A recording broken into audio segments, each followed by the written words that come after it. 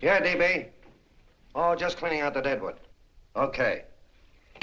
Look, Mr. Cannell, I just can't afford to be without work right now, not even for a day. I've got a mother and 2 kid sisters. More good luck telegrams. Well, you know how it is. I've just got to keep on working, see? Sorry, sister. I was sent down here to clean house.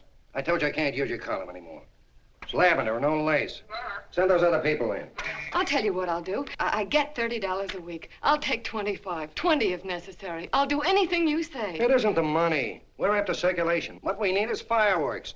People are going to hit with sledgehammers. Start arguments. Oh, I can do that. I know this town inside out. Oh, give me a chance, All please. right, come in. Cashier's got your check.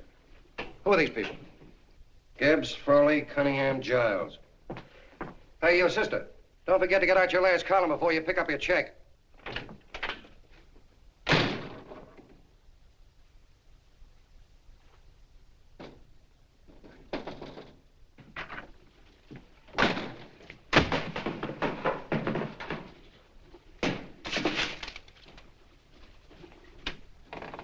You're a couple of sticks shy in your column, man. Big rich slob like D.B. Norton buys a paper and 40 heads are chopped off. Did you get it, too? Yeah. You too? Oh, Joe. Oh, I'm sorry, darling. Why don't we tear the building down? Before you do, Ann, perhaps you'd better finish this column. Yeah, lavender and old lace. Wait, Joe. Wait. Wants fireworks, huh? Okay.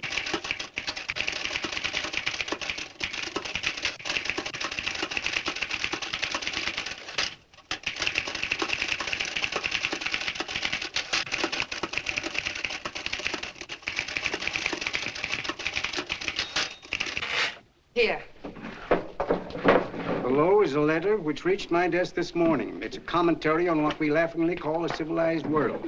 Dear Miss Mitchell, 4 years ago, I was fired out of my job. Since then, I haven't been able to get another one. At first, I was sore at the state administration because it's on account of the slimy politics here we have all this unemployment. But in looking around, it seems the whole world's going to pot. So in protest, I'm going to commit suicide by jumping off the City Hall roof. Signed, a disgusted American citizen, John Doe. Editor's note, if you ask this column, the wrong people are jumping off the roofs. Hey, Ann, this is the old Fakeroo, isn't it? Never mind that, Joe. Go ahead.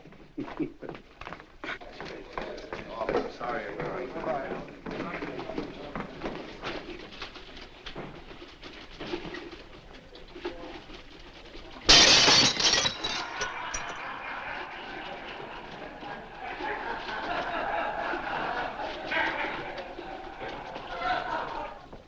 And it's because of the slimy politics that we have all this unemployment here. There it is. That's D.B. Norton's opening attack on the governor. Why, Jim, it's just a letter sent into a column. No, I can smell it. That's Norton. Good morning, gentlemen. Good morning, Governor. Morning, You're rather early. Governor, did you happen to see this in the new bulletin? Yes. I had it served with my breakfast this morning. Jim thinks it's D.B. Norton at work. Of course it is. Oh, come, Jim. That little item, D.B. Norton does things in a much bigger way. This is his opening attack on you, Governor. Take my word for it. What did he buy a paper for?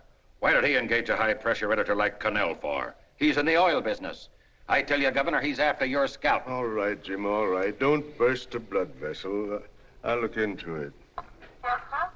You get me Spencer of the Daily Chronicle, please? Yes, I saw it, Governor. If you ask me, that's a phony letter. Why, that gag has got whiskers on it. Okay, I'll get the mayor and maybe the Chamber of Commerce to go after them. Get Mayor Lovett on the phone. Sorry, the mayor's busy on the other phone. Yes, I know, Mrs. Brewster. It's a terrible reflection on our city. I've had a dozen calls already. Spencer of the Chronicle. Hold him. Just a minute. Yes, Mrs. Brewster. I'm listening. I insist that this John Doe man be found and given a job at once. Now, if something isn't done about it, I'll call out the whole auxiliary. Yes, and the junior auxiliary, too. We'll hold a meeting and see that it is. Yes, Spencer? Who? The governor? Well, what about me? It's my building he's jumping off of, and I'm up for re-election, too. What are you doing? Get Cannell at the bulletin. Why, he's liable to go right past my window. Get me Cannell. What was that? What? Out the window. Something just flew by. I didn't see anything. Well, don't stand there, you idiot. Go and look. Open the window. Oh, why did he have to pick on my building? Is there a crowd in the street? No, sir. Then maybe he's caught on a ledge. Look again. I think it must have been a seagull. A seagull? What's a seagull doing around the city hall? That's a bad omen, isn't it? Oh, no, sir. The seagull is a lovely bird. It's all right, Mrs. Brewster. It was just a seagull. Can I help? Nothing's happened yet. No, I'm watching. Don't worry, Mrs. Brewster. Just leave it all to me. Spencer, I'll call you back. Hello, Cannell? What are you doing? This is the mayor. Yes, Mayor Lovett. How many times are you going to call me? I've got everybody and his brother and sister out looking for him. Did you see the box I'm running? An appeal to John Doe. Think it over, John. Life can be beautiful, says Mayor. If you need a job, apply to the editor of this paper and so forth and so forth. Okay, Mayor, I'll let you know as soon as I have something. What? Well, pull down the blinds. Been up to Miss Mitchell's house, boss. Boy, she's in a bad way. Where is she? Hey, do you know something? She supports a mother and 2 kids. What do you know about that? Did you find her? No. Her mother's awful worried about her. When she left the house, she said she was going on a roaring drunk. The girl, I mean. Go out and find her. Sure. Hey, but the biggest thing I didn't tell you, her old man's Doc Mitchell. You know the doctor Yeah. saved my mother's life and wouldn't take any money for it? You remember that. Okay, boss, I'll go and look for her. Holy smokes, Commissioner, you've had 24 hours. Okay, Hawkshaw, grab a pencil. Here it is again. About 5'5", brown eyes, light chestnut hair, and as fine a pair of legs as ever walked into this office. Did you want to see me? No. I've had the whole Army and Navy out searching for you because that's a game we play here every day. I remember distinctly being fired. That's right. But you have a piece of property that still belongs to this newspaper, and I'd like to have it. What's that? The letter. What letter? The letter from John Doe. Oh, The whole town's in an uproar. We've got to find him, and the letter's the only clue. there is no letter. We'll get a handwriting expert to... What? There is no letter. Say that again. There's no letter. I made it up. You made it up. Mm-hmm. You said you wanted fireworks. Don't you know there are 9 jobs waiting for this guy? 22 families want to board him free. 5 women want to marry him, and the mayor's practically ready to adopt him, and you... Just call the morgue, boss. They said there's a girl there. Shut up. Ann! Say, why didn't you... Feeney. Only one thing to do, Hank. Drop the whole business quickly. How? Run a story. Say John Doe was in here and is sorry he wrote the letter and... That's right. They've got it, sure. He came in here, and I made him change his mind. Bulletin editor saves John Doe's life. Why, it's perfect.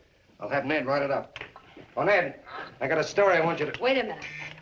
Listen, you great, big, wonderful genius of a newspaper man. You came down here to shoot some life into this dying paper, didn't you? Well, the whole town's curious about John Doe, and boom, just like that, you're going to bury him. There's enough circulation in that man to start a shortage in the ink market. In what, man? John Doe. What John Doe? John Doe, the one I made up. Look, genius, now look. Suppose there was a John Doe and he walked into this office. What would you do? Find him a job and forget about the whole business, I suppose, huh? Not me. I'd make a deal with him.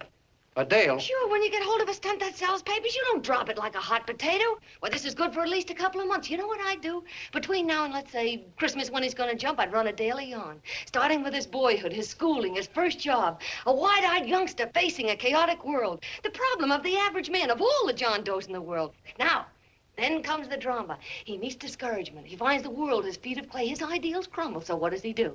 He decides to commit suicide and protest against the state of civilization. He thinks of the river, but no. No, he has a better idea. The city hall. Why? Because he wants to attract attention. He wants to get a few things off his chest, and that's the only way he can get himself heard. So? So he writes me a letter, and I dig him up. He pours out his soul to me. And from now on, we quote, I protest by John Doe. He protests against all the evils in the world. The greed, the lust, the hate, the fear. All of man's inhumanity to man. Arguments will start. Should he commit suicide or should he not? People will write in pleading with him. But no, no, sir. John Doe will remain adamant. On Christmas Eve, hot or cold, he goes. See? Very pretty. Very pretty indeed, Miss Mitchell. But would you mind telling me who goes on Christmas Eve? John Doe. What John Doe? The one we hire for the job, you lunkhead. Wait a minute. Let me get this through this lame brain of mine.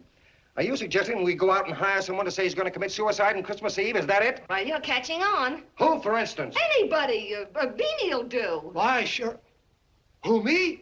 Jump off a... Oh, no, any time at Christmas. I'm superstitious.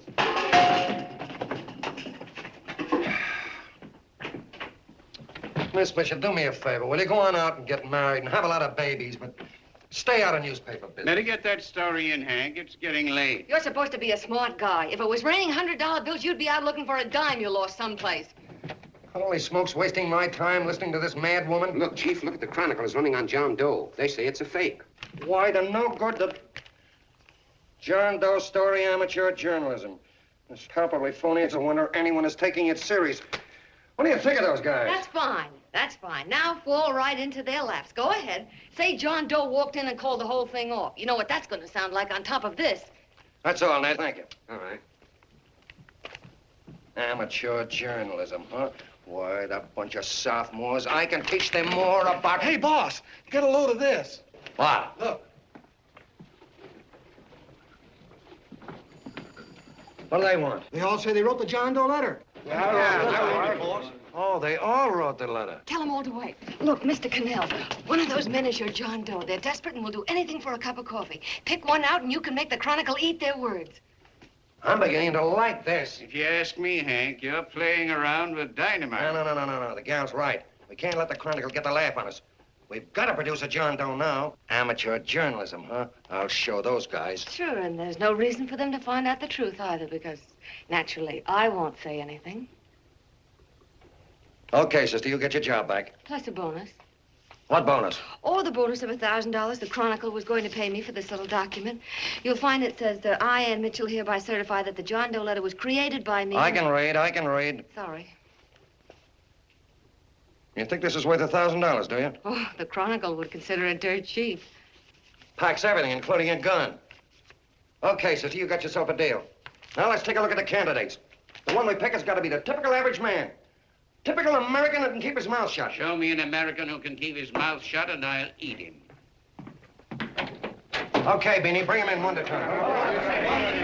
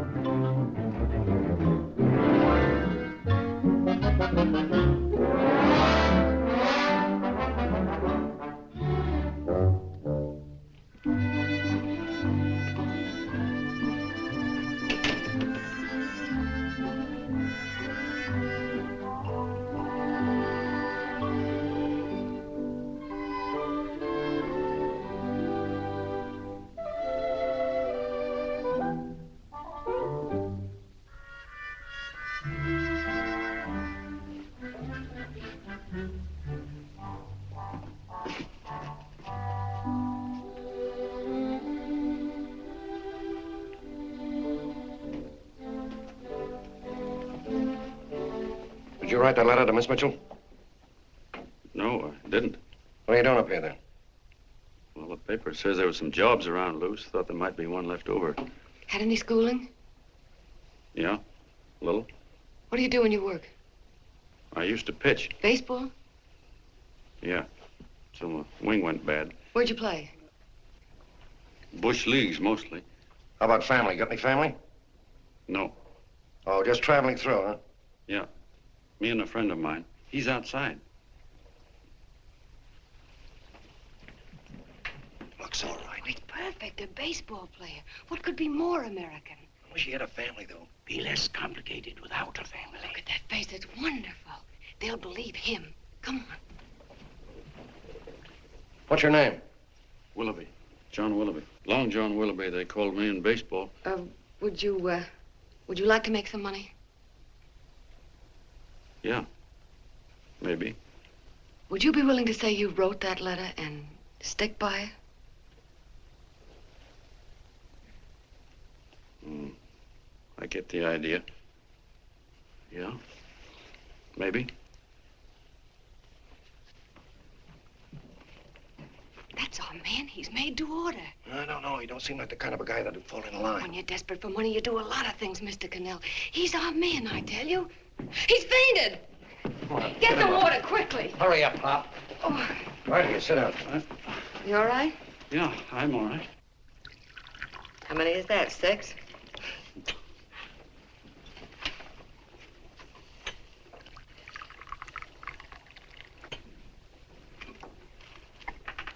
Pretty hungry, weren't you? All this John Doe business is batty, if you ask me. Well, nobody asked you. Trying to improve the world by jumping off buildings. You couldn't improve the world if the buildings jumped on you. Don't mind the colonel. He hates people. He likes you well enough to stick around. Well, that's because we both play doohickeys. I met him in a boxcar a couple of years ago. I was fooling around with my harmonica, and he comes over and joins in. I haven't been able to shake him since.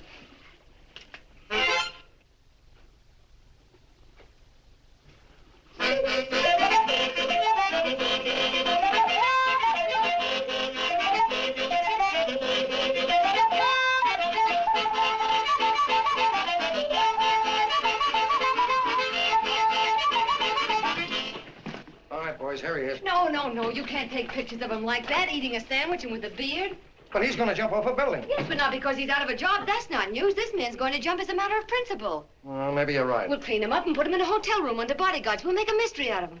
Did you speak to Mr. Norton? Thinks it's terrific. Says for us to go the limit. Wants us to build a bonfire under every big shot in the state. Oh, swell. Is that the contract? Yeah. What's he doing here? Friend of his. They play duets together. Duets? But can we trust him? Oh. I trust him. Oh, you trust him, eh? Well, that's fine. I suppose he trusts you, too. Oh, stop worrying. He's all right. Okay, but we don't want more than a couple of hundred people in on this thing. Now, the first thing I want is an exact copy of the John Doe letter in your own handwriting. I've got it already. Here. No, that's fine. Now, I want you to sign this agreement. It gives us an exclusive story under your name, day by day, from now until Christmas. On December 26th, you get one railroad ticket out of town. And the bulletin agrees to pay to have your arm fixed. That's what you want, isn't it? Yeah, but it's got to be by Bonesetter Brown. Okay, Bonesetter Brown goes. Here, sign it. Meanwhile, here's $50 of spending money. That's fine. Beanie? Yes, boss. Take charge of him. Get him a suite at the Imperial and hire some bodyguards. Yeah, and some new clothes, Beanie. You think we better have him deloused? Yeah. Both of them? Yes, both of them, but don't let them out of your sight. Hey, Beanie, gray suit, huh? Yeah. Okay, fellas.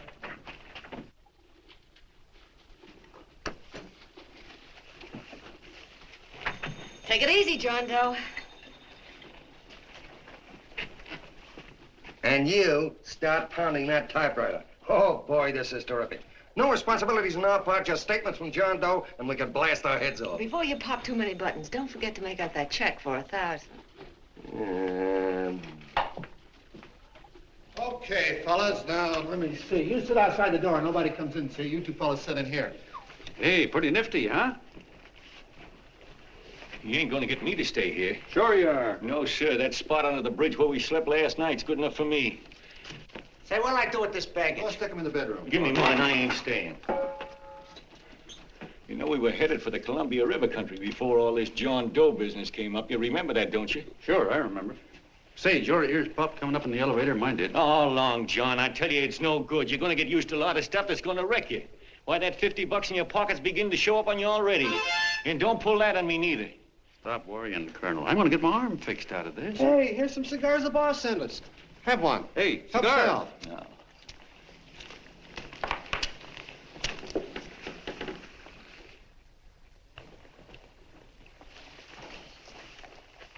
Say, I'll bet you even the major leaguers don't rate an outfit like this. Here, make yourself comfortable.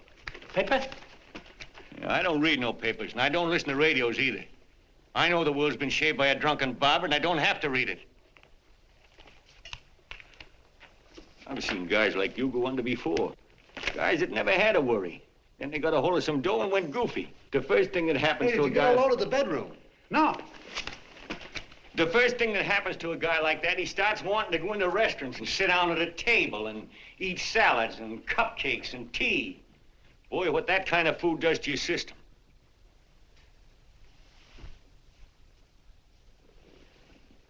The next thing the dope wants is a room.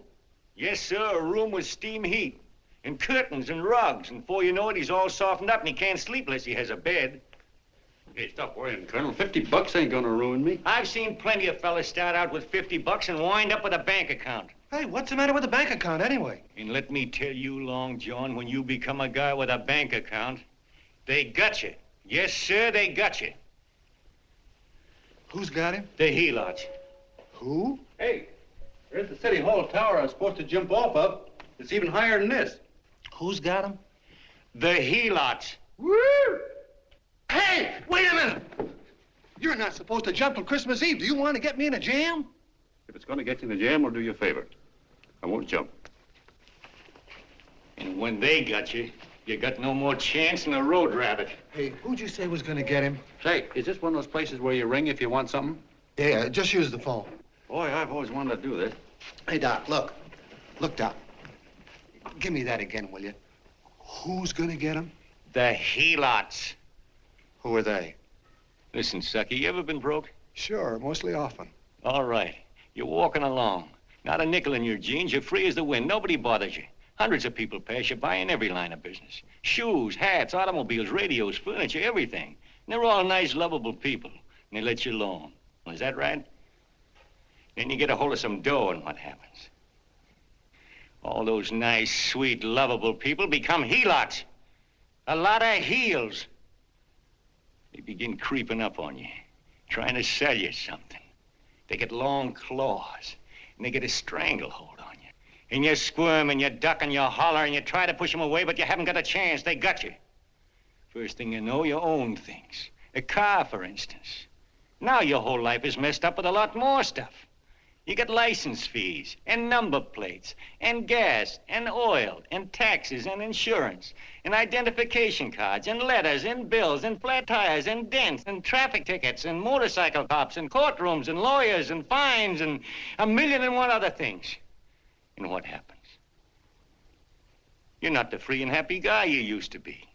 You gotta have money to pay for all those things. So you go after what the other fellas got. And there you are. You're a helot yourself.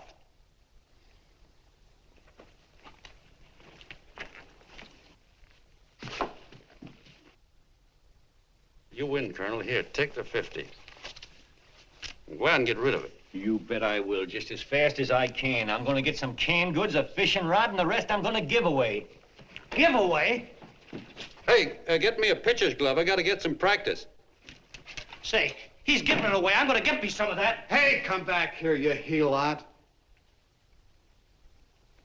Will you send up 5 hamburgers with all the trimmings, 5 chocolate ice cream sodas, and 5 pieces of apple pie? No, apple with cheese. Yeah, thanks.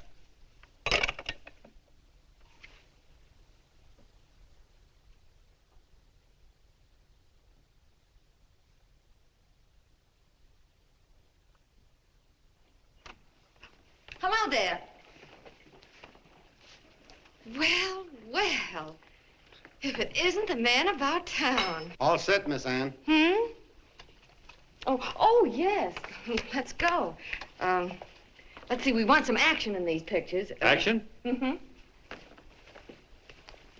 That's good. No. This man's going to jump off a roof. Oh. Here, wait a minute. Let me comb your hair. Sit down. Yeah, that's better.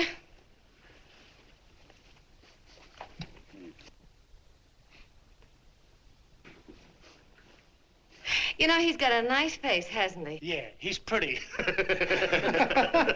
Here, sit down. Quiet, egghead.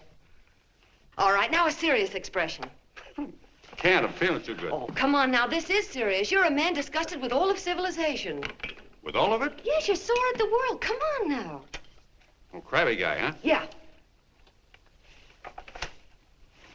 No.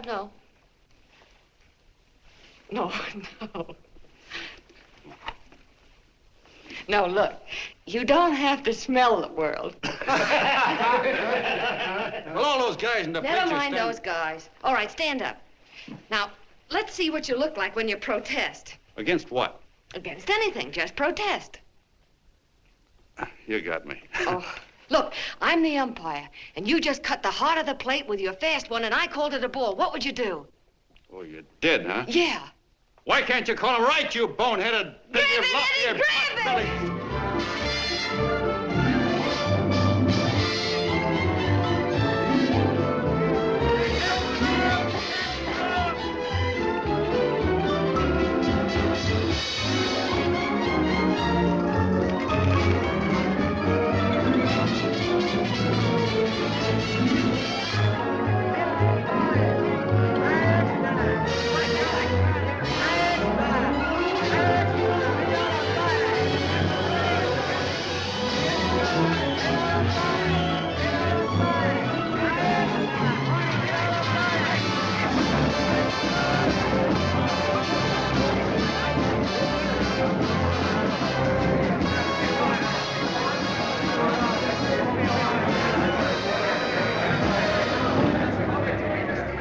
don't care whose picture they're publishing. I still say that this John Doe person is a myth, and you can quote me on that. And I'm going to insist on his being produced for questioning. You know as well as I do that this whole thing is being engineered by a vicious man with a vicious purpose, Mr. D.B. Norton.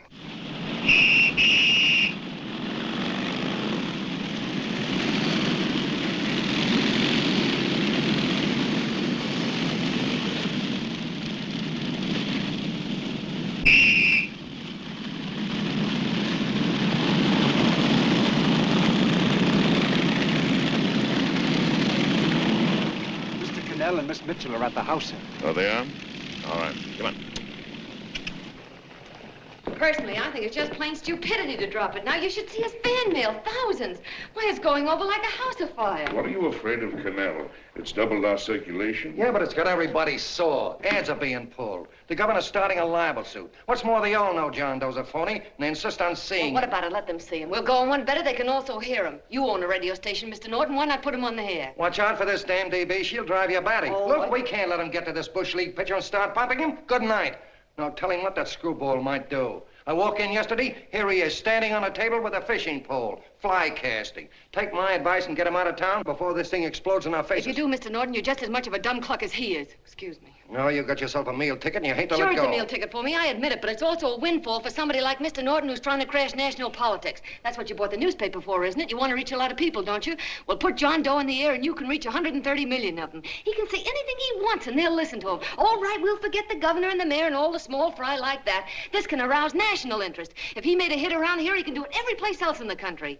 And you'll be pulling the strings, Mr. Norton.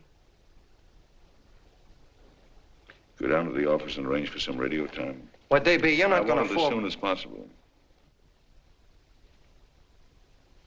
Okay. I just came in to get warm myself. Come on, let's go. Don't you go. I want to talk to you.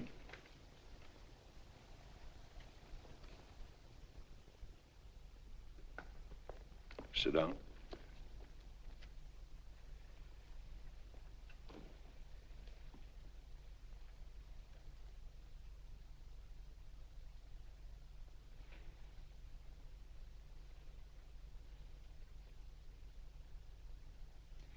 Hey, this John Doe idea was yours, huh?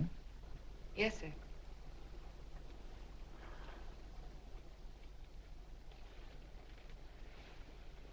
How much money do you get? $30. $30. Well, what are you after? I mean, what do you want? A journalistic career? Money. Money? Well, I'm glad to hear somebody admit it. Do you suppose you could write a radio speech that would put that fellow over? Oh, I'm sure I can. Do it, and I'll give you $100 a week. $100? That's only the beginning. You play your cards right, and you'll never have to worry about money again. Oh, I knew it. Hello. Hello. Whenever there's a pretty woman around. This is my nephew, Ted Sheldon, Miss Mitchell. How do you do? How do you do? All right, Casanova, I'll give you a break. See that Miss Mitchell gets a car to take her home. Always reading my mind, aren't you? Thank you very much for everything.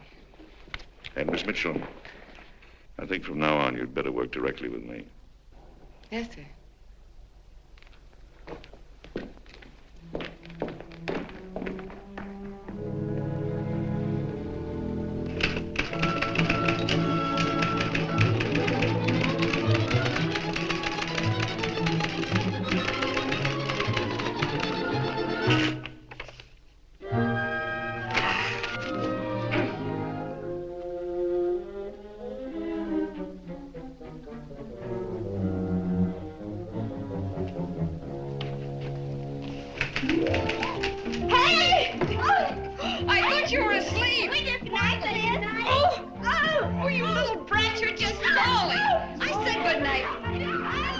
Come, children. It's past your bedtime. Go on, Mama.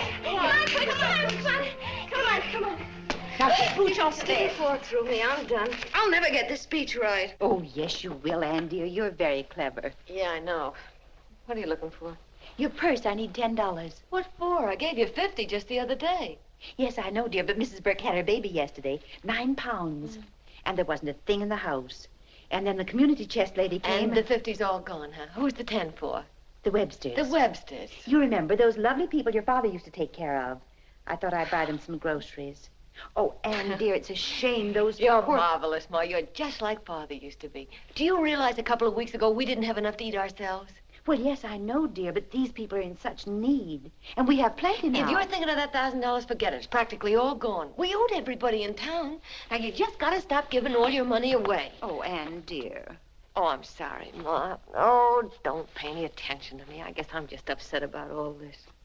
Gee whiz, here I am with a great opportunity to get somewhere, to give us security for once in our lives, and I'm stuck. If I could put this over, your Mrs. Burke can have 6 babies. You mean this speech you're writing? Yeah, I don't know. I simply can't get it to gel. I created somebody who's going to give up his life for a principle. Hundreds of thousands of people are going to listen to him over the radio.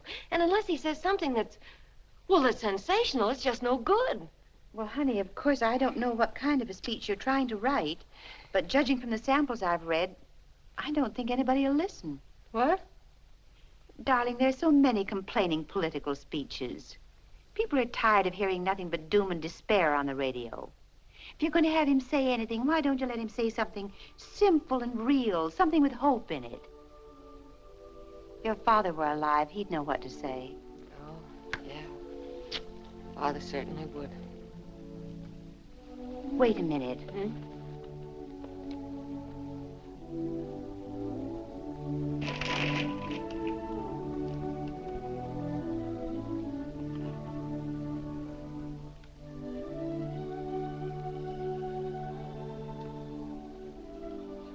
That's your father's diary, Anne.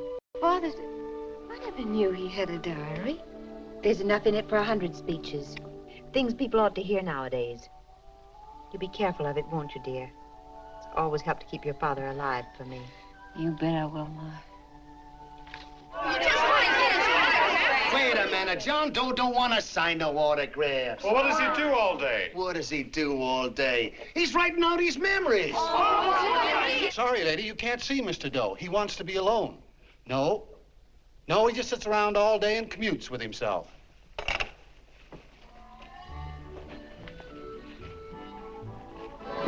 Oh!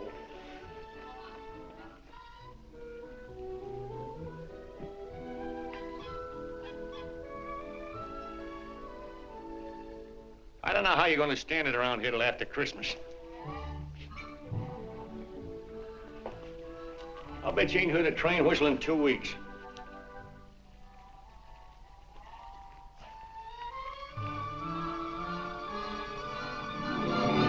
Steve, right!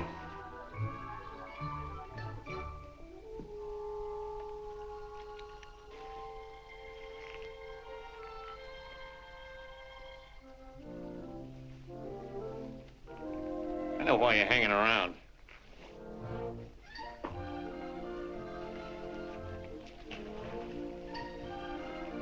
You're stuck on the girl.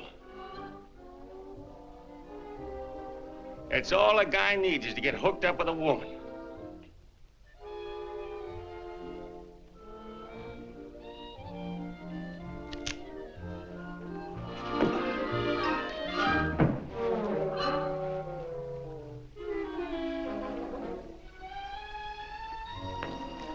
What was that, a single? First baseman dropped the ball. Butterfingers. Tough luck, pal.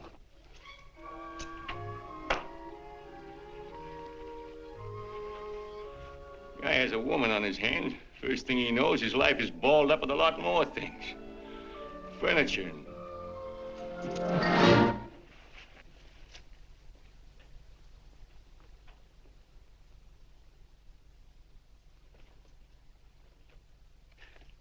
Did you get him?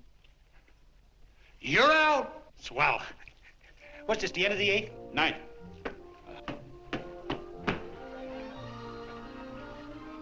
Hey, Beanie, there's a couple of mugs from the Chronicle snooping around out here. Huh. Come on, Angel Face. Gangway. What's the score, Angel Face? 3-2, our favor. Gee, that's great.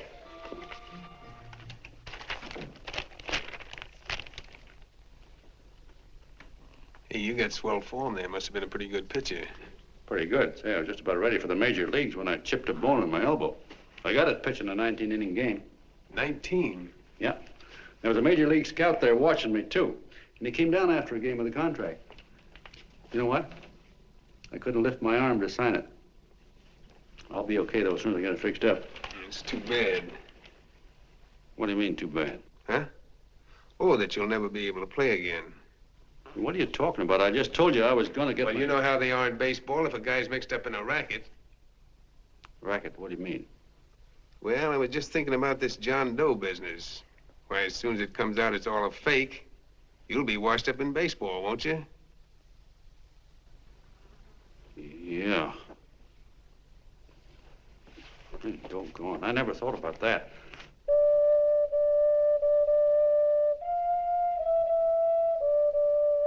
Gosh.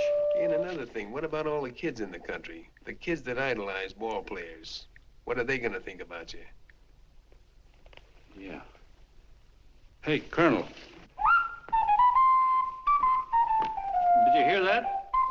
I gotta figure some way out of this thing. The elevators are still running.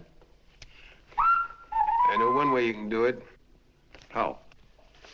Well, when you get up there on the radio, all you have to do is to say the whole thing's a frame-up.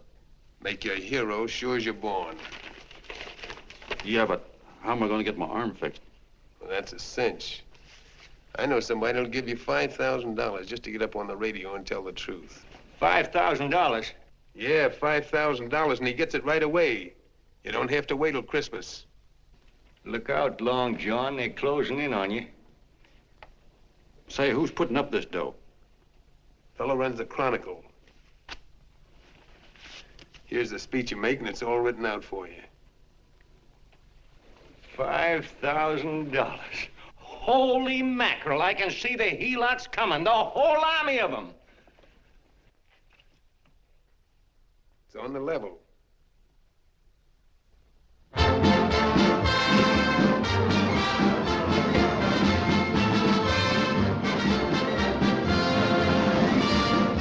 No, I'm sorry. Tickets for the broadcast are all gone.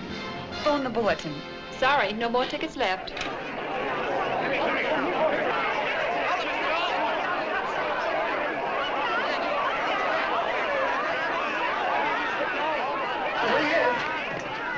Hello, John. All set for the big night? Swell. Turn around. One moment. Now stand still. Hold it, Mr. Doe. Hold it. Big smile, Mr. Doe. That's right. Okay, Jeannie, that's All right, all. Take stand him here. out. Come on, Now, look, John, here's the speech. It's in caps and double-spaced. You won't have any trouble reading it. Not nervous, are you? No. Of course not. He wouldn't be. Who? John Doe, the one in there. Hey, don't let your knees rattle. It picks up on the mic. Oh, Beanie, you needn't be nervous, John. All you have to remember is to be sincere. Pick up that phone, Miss Mitchell. It's for you. Okay. Hello? Yes, Mother. Oh, thank you, darling. Oh, there he is, the poor dear man. Oh, good luck to you, Mr. Doe. We want you to know that we're all for you. The girls all decided that you're not to jump off any roof at all. Even if we have to, we'll stop it. You got the speech I gave you? Yeah. Now, look. I'll give this money to the colonel just as soon as you get started. We'll have a car waiting at the side entrance for you. Okay. How'd you get in here? Huh? Oh, I just came in to wish him luck. Come on, out. Mother says good luck, too. John, when you read that speech, please believe every word of it. He's turned out to be a wonderful person, John. Who? John Doe, the one in the speech. Oh. You know something? I've actually fallen in love with him. All right, there he is, sister. Now, come on, plenty of room. What's the idea? No, that's too much. Not so much. Come on, that's it. Oh, this is no time for cheap publicity, Mr. Cannell. Listen, if that guy lays an egg, I want to get something out of it. I'm getting a Jane Doe ready. Oh, come on. Here. Will you, fellas? Here you Give me a are. All right, chance. that's I enough. have to raise just one more. No, that's fine, honey. You go ahead. After you've been doing. You're very good. Go ahead. How you doing? Oh. All right, Benny, bring him in. Holy smoke, a half a helot. There you are, boss, just like you ordered. Symbols of little people. Okay, get him up. All right, young fella. This is ridiculous, Mr. Cannell. Come on, give me a chance. The man's on the air. One shot. Oh, fellas, of course you can have all the pictures you want afterwards. No, come on, afterwards. You can have a... Come on, that's right. Afterwards, you can get all the pictures you want. Thank you very much. Come on, will you? Afterwards, that's right. Come on, Snooks, you've got to bail out. Okay, goodbye, Mr. Doe. Beanie. All right. Better get ready. 1 minute to go. Wow, hey, 1 minute to go and the score is nothing to nothing. Now, please, John, you won't let me down, will you? Will you? Of course you won't. If you'll just think of yourself as the real John Doe. Listen, everything in that speech are things a certain man believed in.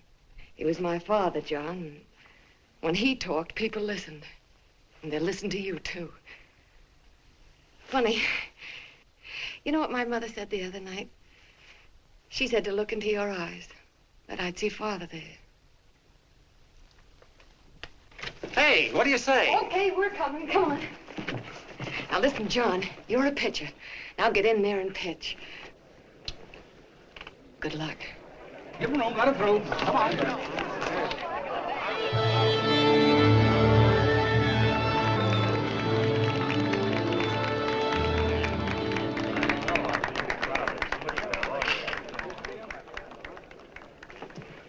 Hey, let's get out of here. There's the door right there. Hey, what are you doing here? That's what I'd like to know. Come on, out. Hey, he's a friend of mine. Never mind, let him alone. He's all right. I'll be right over there pulling for you. No, John, over here.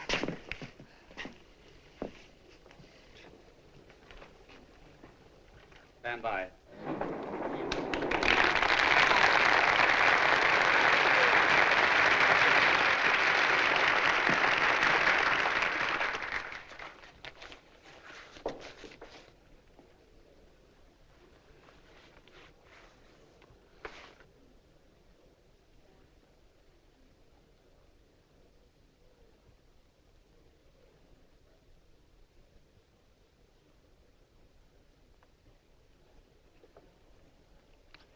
Phone the Chronicle. Tell them to start getting those extras out.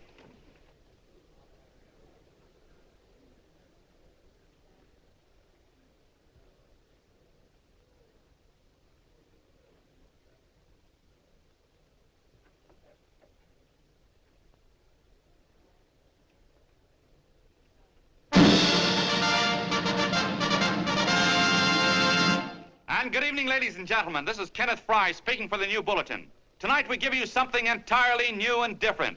Standing beside me is the young man who has declared publicly that on Christmas Eve he intends to commit suicide, giving as his reason, quote, "I protest against the state of civilization," end quote. Ladies and gentlemen, the New Bulletin takes pleasure in presenting the man who is fast becoming the most talked of person in the whole country, John Doe.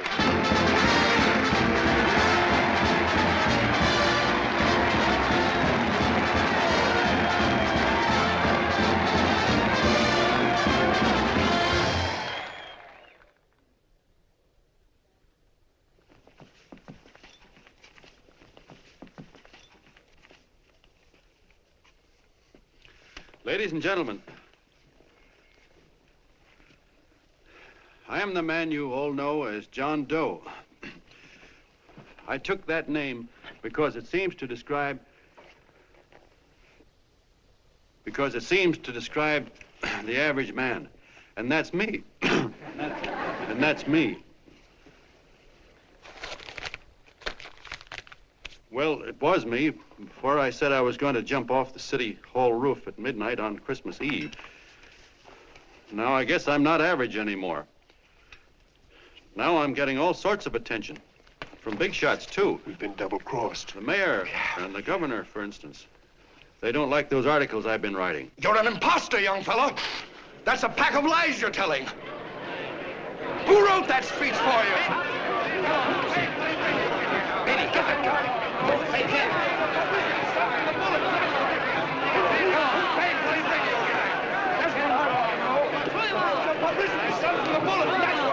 Spencer.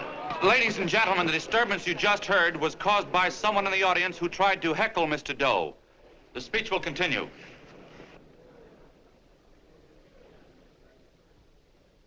Well, people like the governor and that fellow there can stop worrying.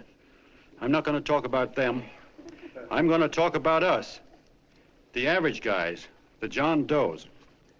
If anybody should ask you what the average John Doe is like, you couldn't tell him because he's a million and one things.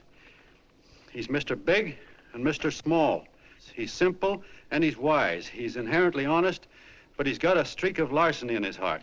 He seldom walks up to a public telephone without shoving his finger into the slot to see if somebody left a nickel there.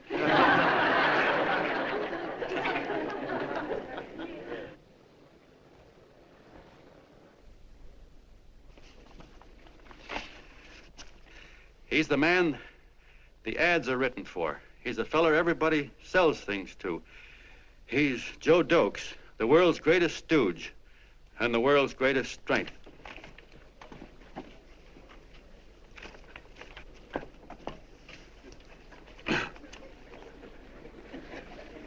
Yes, sir.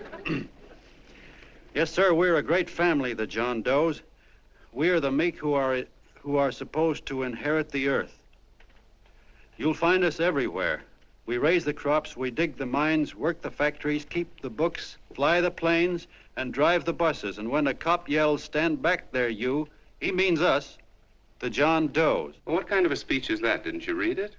We've existed since time began. We built the pyramids.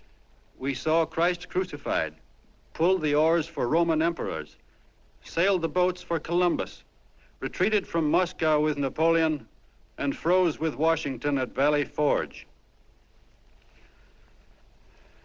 Yes, sir. We've been in there dodging left hooks since before history began to walk. In our struggle for freedom, we've hit the canvas many a time, but we always bounce back because we're the people, and we're tough.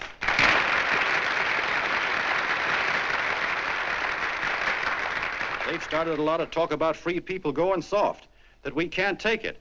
That's a lot of hooey. A free people can beat the world at anything, from war to tiddlywinks, if we all pull in the same direction.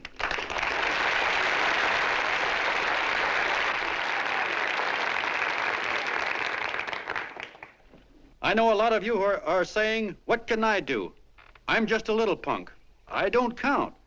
Well, you're dead wrong. The little punks have always counted, because in the long run, the character of a country is the sum total of the character of its little punks.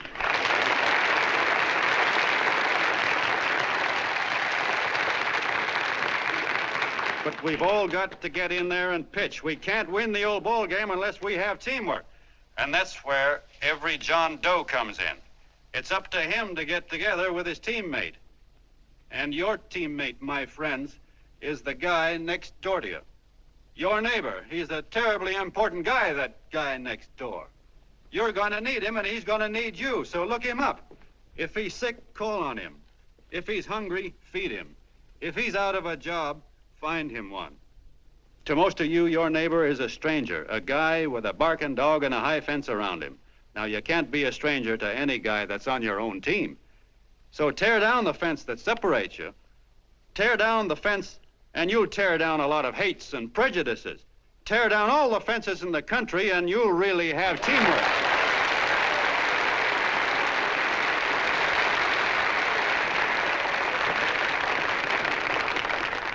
I know a lot of you are saying to yourselves, "He's asking for a miracle to happen. He's expecting people to change all of a sudden."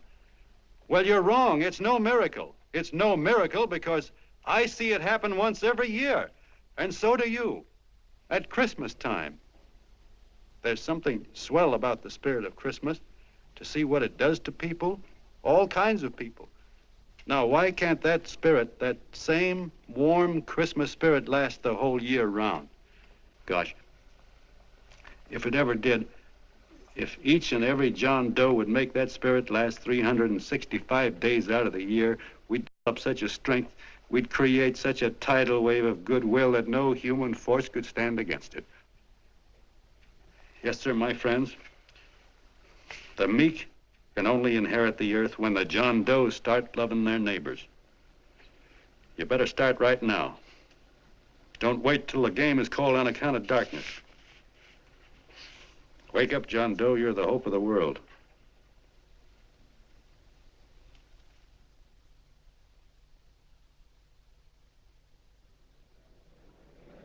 John, you were wonderful.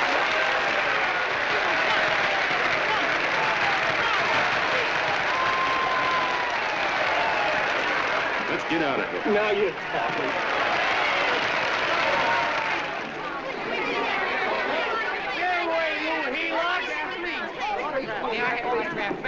Please, hey!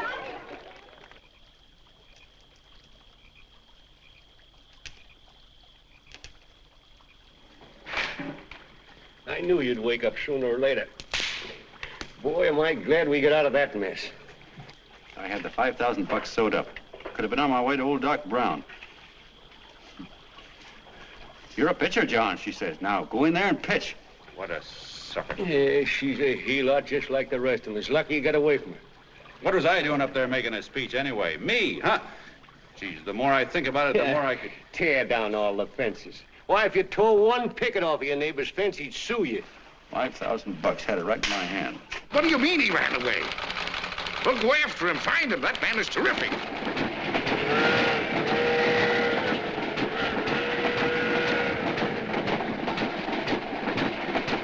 Columbia River, here we come.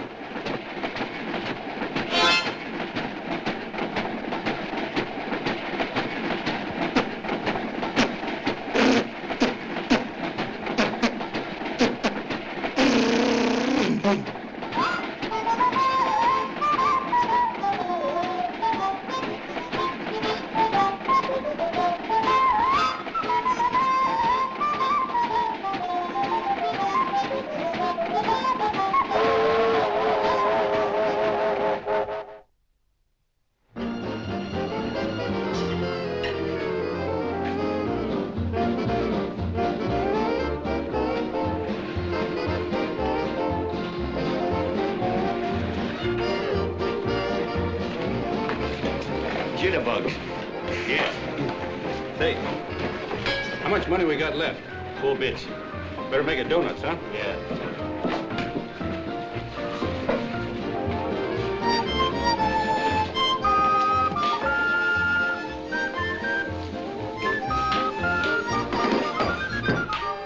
What'll it be, gents? Have you got a couple of steaks about that big and about that thick? Yeah, with hash brown potatoes and tomatoes and apple pie and ice cream and coffee. And donuts, I know. Hey, Ma! Seekers! A pair. Fingers a pair coming up. Glad he took the tea out of that.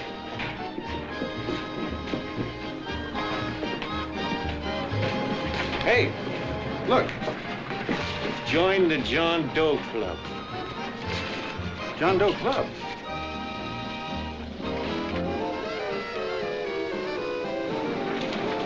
Uh-oh. You John Doe? Who? John Doe. Ah, you need glasses, buddy. Oh, but gee, it's a spitting image of John Doe. Yeah, but his name is Willoughby. Oh, I'm John Willoughby. I'm a baseball player. Sure. Oh, no, I'd know that voice anyway. You can't kid me. You John Doe. Hey, Ma! Ma! That's John Doe. John Doe. Yeah, sitting right there, big as life. Who'd you say it was? John Doe, the big guy there. Pictures in the paper. That's John Guy. John Doe. John Doe. Sitting right there, John Doe. Hey, operator. Dan's Beanery. Look, call everybody in town. John Doe was just in my place. Yeah, he ordered donuts.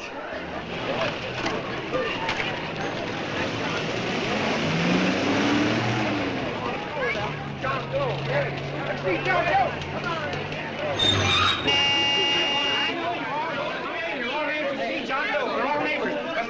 Packed like a sardine box. What does John Doe look like, Mr. Mayor? Oh, he's one of those great big outdoor type men. No, you can't see him. You didn't vote for me the last time. Shame on you. What are you doing there? Get off my front porch anyhow. Mr. Norton come yet? Oh, well, I wonder where he's at. What's keeping him? He should have been here 15 minutes ago. Oh, there he comes now. Now, everybody on your dignity. Don't do anything to disgrace us. A little town, but we got to show off. Better let me talk to him. All right, but present it to him as a great cause for the common man. Ah, here he comes. Now, give him room down there. Give him room, folks. Come on now. Come on. Here he comes. Here he comes. Here's Mr. Norton. How do you do, Mr. Norton? I'm Mayor Hawkins. Here's Mr. Norton. Let me go, you darn fool. I'm the mayor. Mr. Norton. Mr. Norton. Mr. Norton. I'm Mayor Hawkins. Your office telephoned me to hold him. Well, that's fine. How is he? Oh, he's fine. He's right in my office there. You know, it's a great honor having John Doe here, and you too. Haven't had so much excitement since the old city hall burned down. People are so excited they nearly tore his clothes off. Oh, Matilda, darling, phone the newspapers, tell them Mr. Norton's here. Step right inside, Mr. Norton. My office. Very comfortable here, Mr. Norton. Just had it air conditioned. Gangway, please. Make room for Mr. Norton. Gangway. Gangway. Here he is, Mr. Norton. Well taken care of. The neighbors are serving him a light lunch. Hello, John. Well, Mr. Mayor, if you don't mind, we'd like to talk to him alone. Why, certainly, certainly. All right, everybody. Clear out. Now, what you want? Everybody, quickly now. Come on. Come on. Come on. That's it. All right. Don't argue with me here. Wait till we get home. Don't you push me around like that. Even though I'm your wife, you can't push me around. Look, Mr. Norton, I think you got a lot of nerve having those people hold us here. There's nobody holding you here, Mr. Doe. It's only natural that There's nobody holding us here. Let's get going. Incidentally, my name isn't Doe. It's Willoughby. Look, John, something terribly important's happened. They're forming John Doe clubs. We know of 8 already, and they say that there's John Doe clubs? What for? To carry out the principles you talked about in your radio speech. I don't care what they're forming. I'm on my way, and I don't like the idea of being stopped either. Oh, but you don't know how big this thing is. You should see the thousands of telegrams we've received and what they're saying about you. Look, it started as a circulation stunt, didn't it? Well, you got your circulation. Now, why don't you let me alone? Oh, it started as a circulation stunt, but it isn't anymore. Mr. Norton wants to get back of it and sponsor John Doe clubs all over the country. He wants to send you on a lecture tour. Me? Uh-huh. Well, certainly, with your ability to influence people, it might grow into a glorious movement. Say, let's get something straight here. I don't want any part of this thing. If you got an idea I'm going around lecturing the people, why, you're crazy. Baseball's my racket, and I'm sticking to it. Come on, Colonel, let's get out of here. John, Please. I just got rid of one crowd. But please, Mr. Mayor, tell him the John Doe Club wants to talk to him. Let them in, Mr. Mayor. Let them come in. Okay, folks, but remember your manners. No stampeding. Walk slow, like you do when you come to pay your taxes.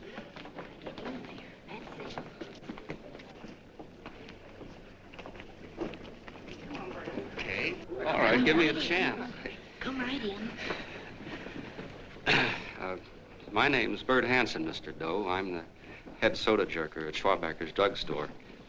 Well, sir, you see, me and my wife, we heard your broadcast, and we got quite a bang out of it. Especially my wife. Kept me up half the night saying, that man's right, honey. The trouble with the world is nobody gives a hoot about his neighbor. That's why everybody in town's sore and cranky at each other. And I kept saying, well, that's fine, but how's a guy going to go around loving the kind of neighbors we got? Old Sourpuss, for instance. You see, Sourpuss Smithers is a guy who lives all alone next door to us. He's a cranky old man that runs a second-hand furniture store. We haven't spoken to him for years. I always figured he was an ornery old gent that hated the world because he was always slamming his garage door and playing the radio so loud he kept half the neighbors up. Well, anyway, the next morning I'm out watering the lawn and I look over and there's Sourpuss on the other side of the hedge straightening out a dent in his fender. And my wife yells to me out the window. She says, go on, speak to him, Bert. And I figured, well, heck, I can't lose anything, so I yelled over to him, good morning, Mr. Smithers. He went right on pounding his fender. Was I burned? So I turned around to give my wife a dirty look, and she said, louder, louder, he didn't hear you. So in a voice you could have heard in the next county, I yelled, good morning, Mr. Smithers. Well, sir, you could have knocked me over with a feather. Old Sourpuss turned around, surprised-like, and he put on a big smile. Came over and took my hand like an old lodge brother, and he said, good morning, Hanson. I've been wanting to talk to you for years, only I thought you didn't like me. And then he started chatting away like a happy little kid, and he got so excited his eyes all... Well, Mr. Doe, before we got through, I found out Smithers is a swell egg, only he's pretty deaf, and that accounts for all the noises.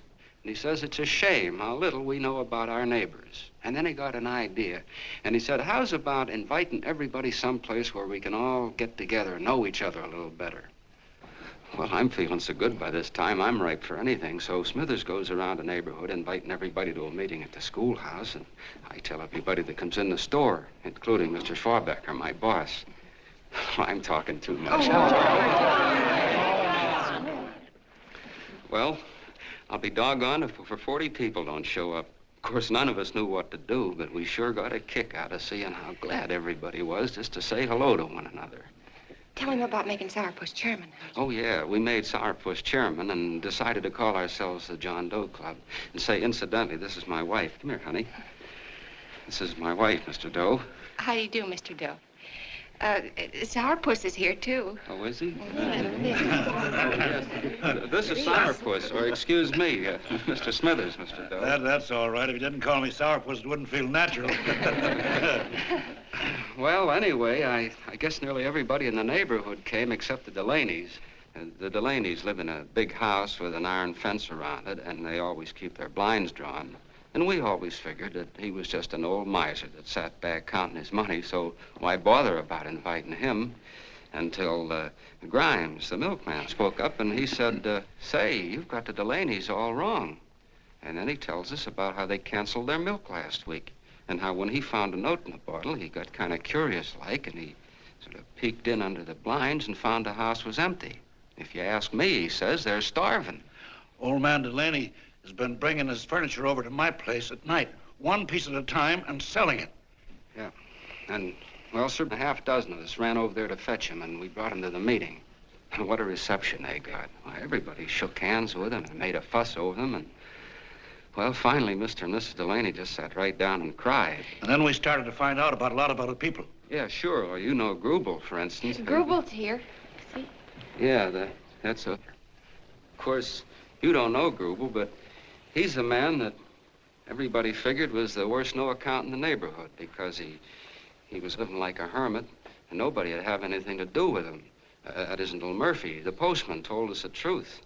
Why, Grubel, he says, he lives out of garbage cans because he won't take charity, because it'd ruin his self-respect, he says. Just like you said on the radio, Mr. Doe. Well, sir, about a dozen families got together and gave Grubel a job watering their lawns. Isn't that wonderful?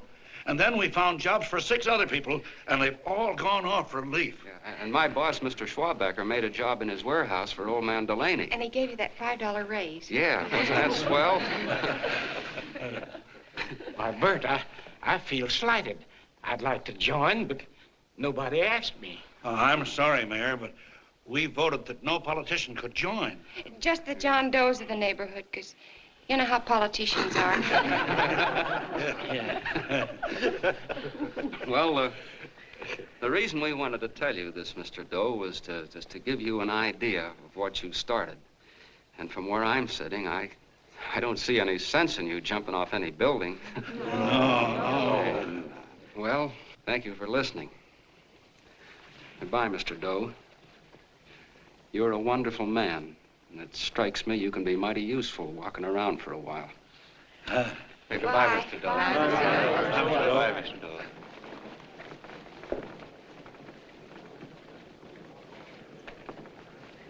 I'm Mrs. Delaney, Mr. Doe. And God bless you, my boy.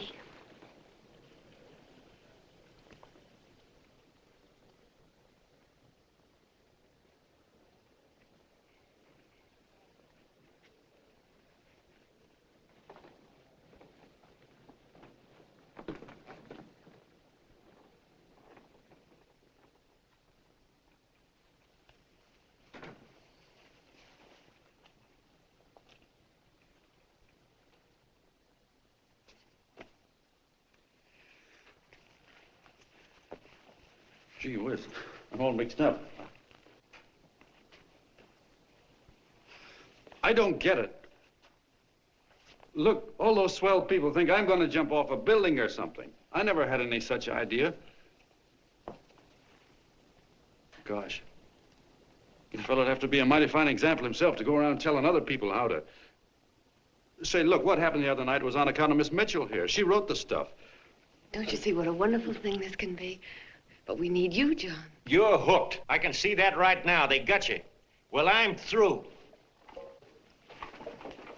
For 3 years, I've been trying to get you up to the Columbia River country. First, it was your glass arm. Then it was the radio. And now it's the John Doe clubs. Well, I ain't waiting another minute. Gangway, you helots. Hey, Colonel, wait a minute. Oh, please, Hey, Colonel! I want you personally to go along with John Doe and Miss Mitchell and handle the press and the radio. Me? Yes, I don't want to take any chances. And Johnson. Yes, Stevie? Your crew will do the mop-up job. They'll follow John Doe into every town, see that the clubs are properly organized and the charters issued. Right. There are only 8 flags up there now. I want to see that map covered before we get through.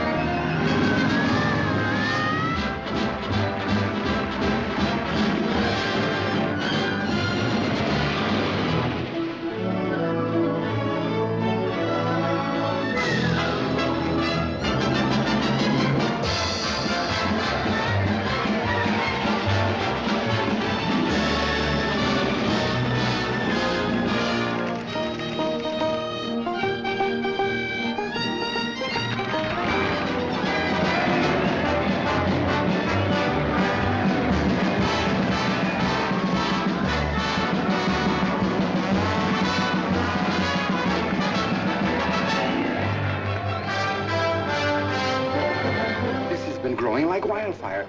If they made demands, I'd understand it. But the John Does ask for nothing. People are going off relief. If this keeps up, I'll be out of a job. As soon as it gets strong enough, we'll find out what John Doe wants. 30 every Thursday, 60 at 60. Who knows what? I'm sorry, boss. They just won't let anybody talk politics to them. It's crazy. We've got to get to them. They represent millions of voters.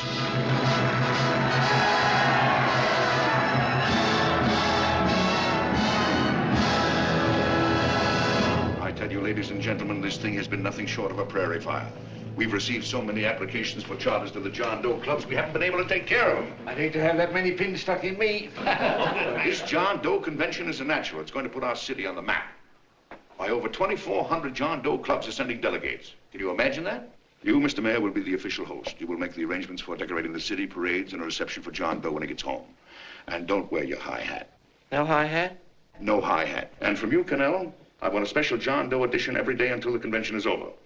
And now, if you will, please step into the outer office and look your prettiest because there are photographers there to take pictures of this committee. Don't worry, D.B. Everything will be taken care of. Isn't it all too wonderful? Gather down here tonight, school down, get a nice rug. Oh, Mr. Mayor, would you step down in front row, please? You ladies get close to him. That's it. Well, I don't get it. Get what? Look, DB, I'm supposed to know my way around. This John Doe movement has cost you a fortune. Now, this convention is going to cost plenty. Well? Well, I'm stuck with 2 and 2, and I'm a sucker if I can make 4 out of it. Where do you come in? You'll have the satisfaction of knowing that my money has been spent for a worthy cause. I see. I better stick to running the paper, huh? I think maybe you better had. Cannell, I'd like to have the John Doe contract, all the receipts for the money we advanced him with the letter Miss Mitchell wrote, for which I gave her $1,000. Yes, sure. Well, we leave for the airport. Half an hour. Is that Johnny boy's room? Better hustle him up. He'll be ready on time. He's packing now. Ah, good. Did you see his picture on the cover of Time? Yeah. I gotta give you credit, Annie girl. I've handled a good many big promotions in my time. Everything from a World's Fair to a channel swimmer. But this one has certainly got me spinning. And now a John Doe convention. Wow. Say, if you could only get him to jump off the City Hall roof on Christmas Eve, I'd guarantee you 500,000 people there. Charlie. Huh? What do you make of him? Oh, Johnny boy? Well, I don't know what angle you want, but I'll give it to you quick. Number 1, he's got great yokel appeal, but he's a nice guy. Number 2, he's beginning to believe he really wrote that original suicide letter that you made up. Number 3, he thinks that you're Joan of Arc or something. Yeah, I know. Number 4, well, you know what number 4 is. He's nuts about you. Yeah, it's running out of his ears. You left out number 5. We're all heels, me especially. Holy smoke. Come in.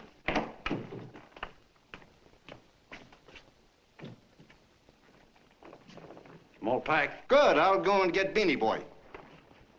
Okay, Charlie boy.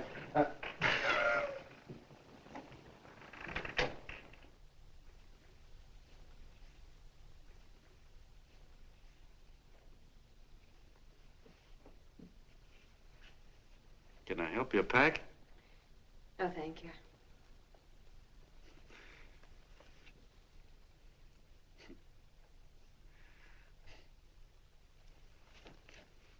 Do you care if I sit down out here? No.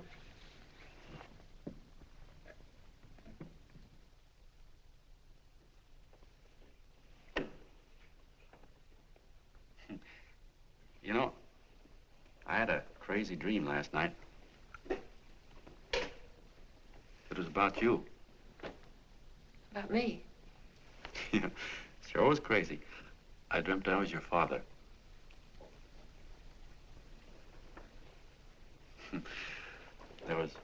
There was something I was trying to stop you from doing. So I got up out of bed and I walked right through the wall here, right straight into your room. You know how dreams are. And there you were in bed. But you're a little girl, you know, about 10. And very pretty, too. So I shook you, and the moment you opened your eyes, you hopped out of bed and started running like the devil in your nightgown. You ran right out the window there, and you ran out over the tops of buildings and roofs and everything for miles. And I was chasing you. And all the time you were running, you kept growing bigger and bigger and bigger, and pretty soon you were as big as you are now, you know, grown up. And all the time I kept asking myself, what am I chasing her for? And I didn't know.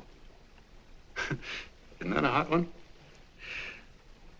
Well, anyway, you ran into some place, and then I ran in after you, and when I got there, there you were, getting married. And the nightgown had changed into a beautiful wedding gown. You sure look pretty, too. And then I knew what it was I was trying to stop you from doing. Dreams are sure crazy, aren't they? Well,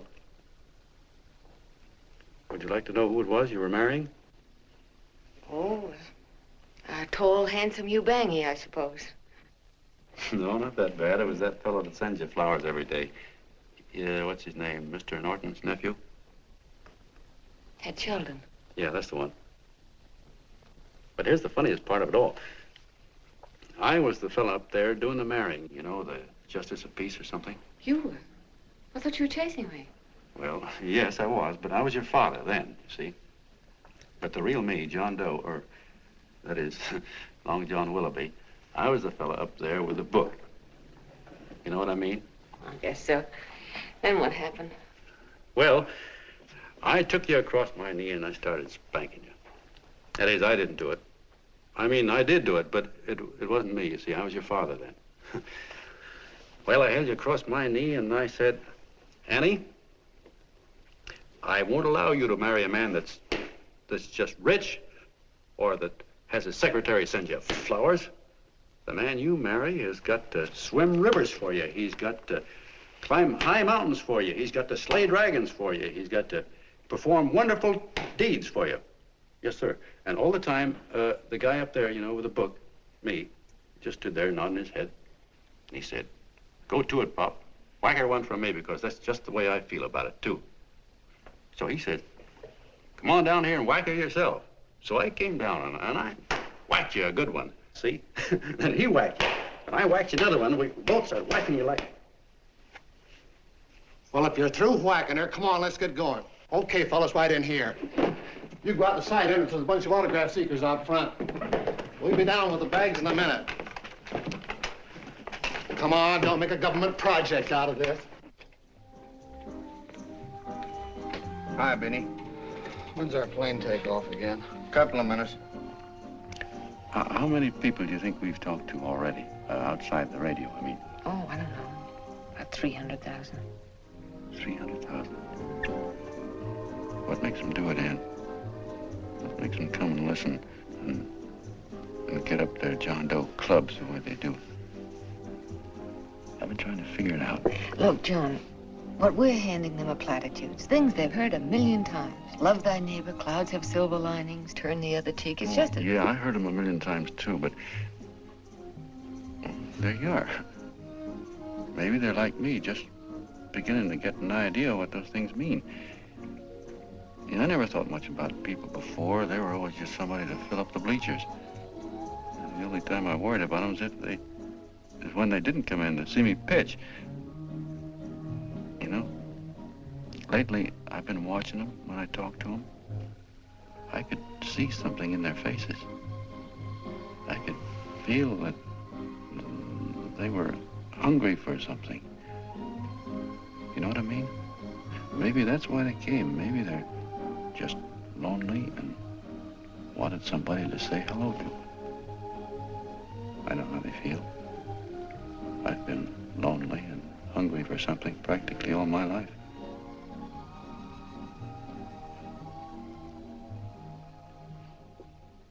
All aboard, folks. That's what I said, it's yours. Yeah, that's true. Oh, somebody else sitting here? No, that's your seat. And this is your coat. Mine? A little token of appreciation. Oh, it's beautiful, D.B. Well, I don't quite know what to say. Well, don't say anything at all. Just sit down. Oh. Go ahead, open it. Oh. Oh, it's lovely. And a new contract goes with it. Well, come on, spring it. You've got something on your mind. It must be stupendous. You know, that's what I like about it. Right to the point, like that. All right, Practical Annie, here it is.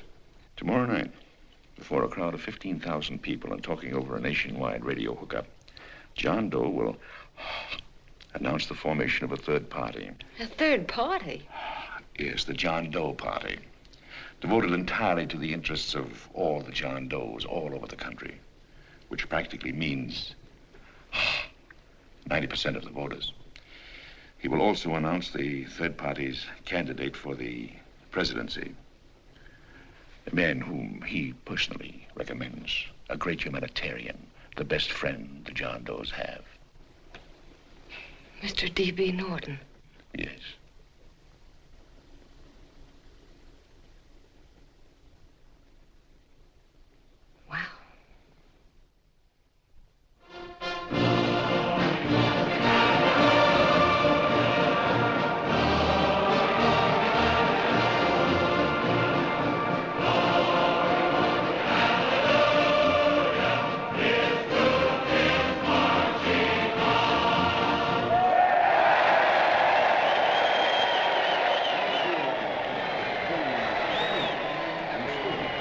The opening of the convention is hours off. The delegates are already pouring into the ballpark by the droves, with lunch baskets, banners, and petitions asking John Doe not to jump off any roof. No matter how you look at it, it's still a phenomenal movement. These John Does, or the hoi polloi, as you've heard people call them, have been laughed at and ridiculed, but here they are, gay and happy, having traveled thousands of miles, their expenses paid by their neighbors, to come here to pay homage to their hero, John Doe.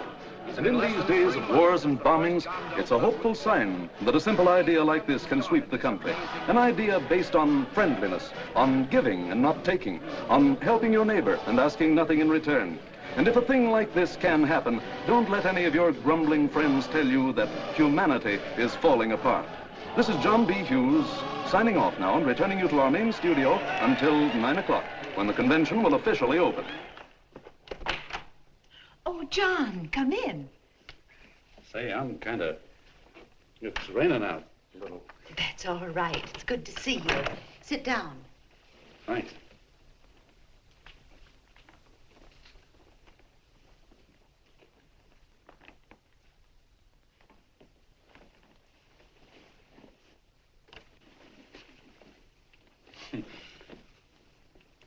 It's for Anne.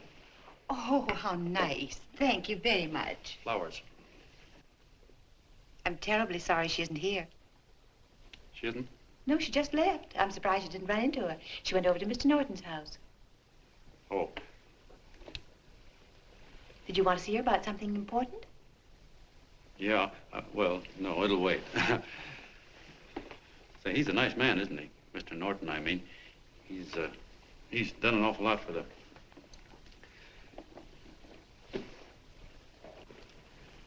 Well, say, my coat's pretty wet. I'm afraid I might have wet the couch a little.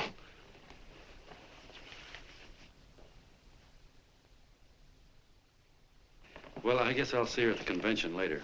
Yes, of course. I'll see that she gets the flowers. Thanks. Good night, Mrs. Mitchell. Good night, John.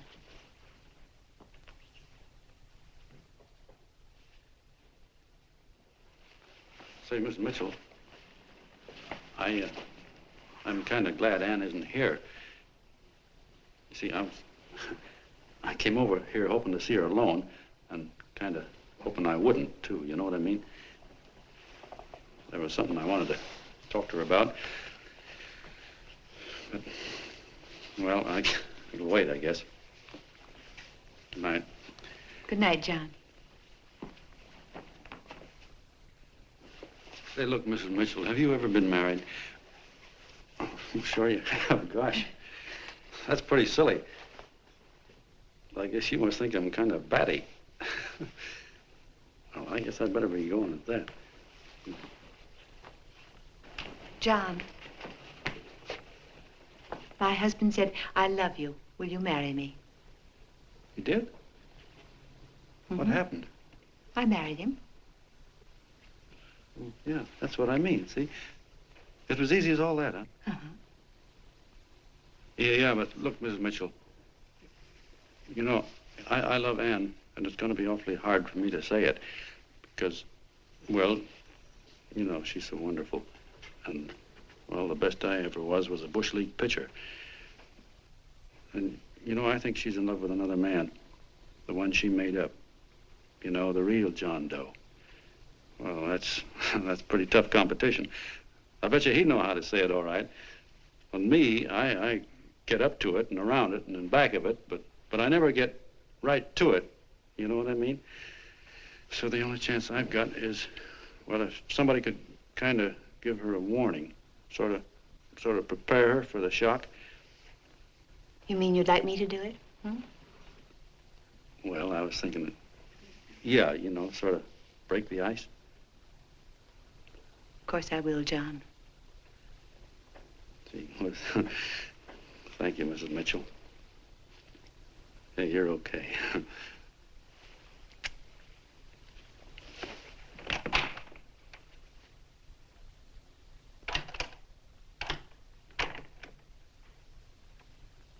This John Doe meeting is going to be one of the biggest things that ever happened. Why, they're coming from all over. Trains, boxcars, wagons. Look out! Hello, bodyguards. Hey, had your dinner yet? No, Jeff? Oh, that's all right. Well, look, no, go ahead and have your dinner. Wait a minute, John.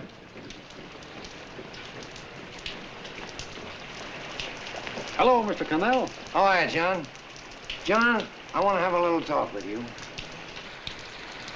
What's the matter? Are you falling? Come on. Hey, boss. Oh, quiet. Say, tell me something. Did you read the speech you're going to make tonight? No, I never read the speeches before I make them. I get more of a kick out of it that way. Uh-huh. It's just exactly what I thought. Beanie, go on down to the old pop and give you the speech. There's a copy on my desk. Gee whiz, boss, you know Mr. Norton told me not to leave him, not even for a minute. Go on. We'll be at Jim's bar up the street. You're a nice guy, John.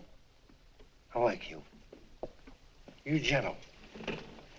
I always like gentle people. Me, I'm hard. Hard and tough. I got a use for hard people. Gotta be gentle to suit me. Like you, for instance.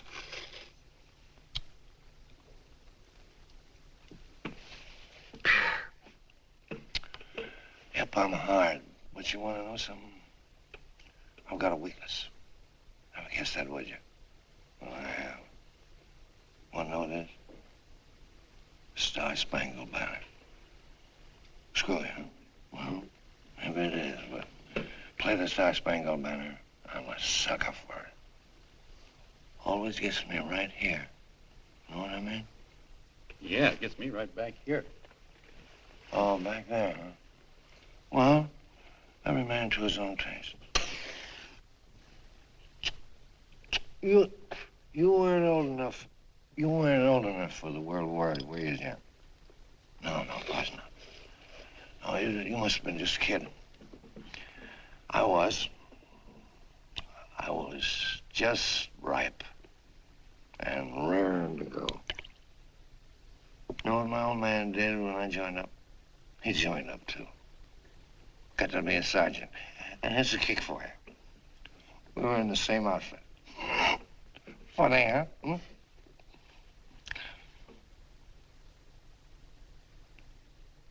He was killed, John.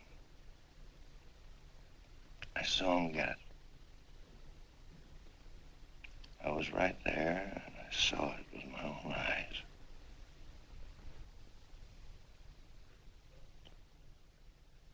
Me, I came out without a scratch. That is, excepting my ulcers.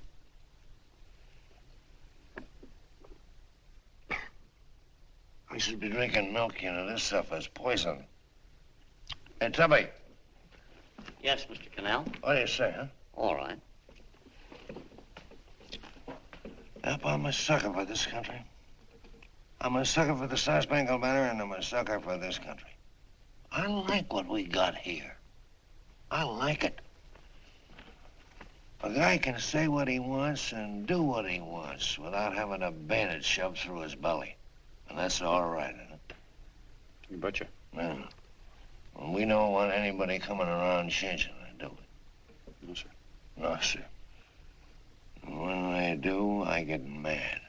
I get boiling mad. And right now, John, I'm sizzling. I get mad for a lot of other guys besides myself.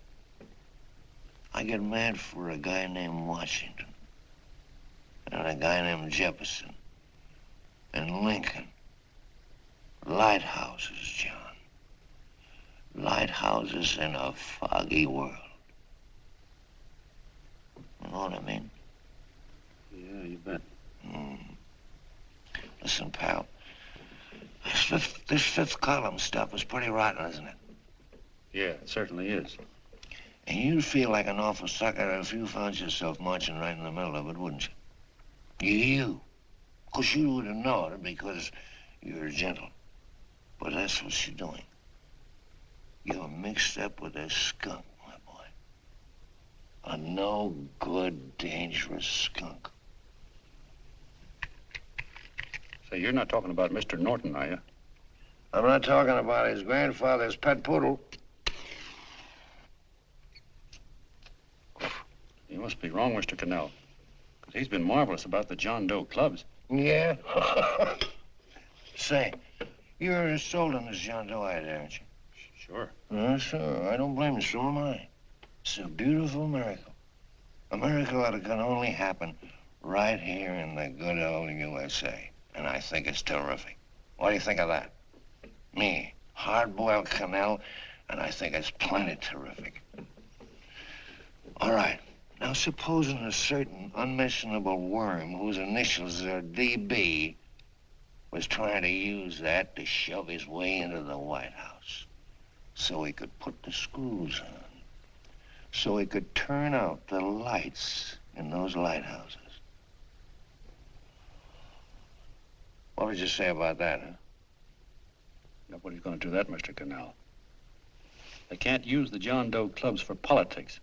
That's the main idea. Is that so?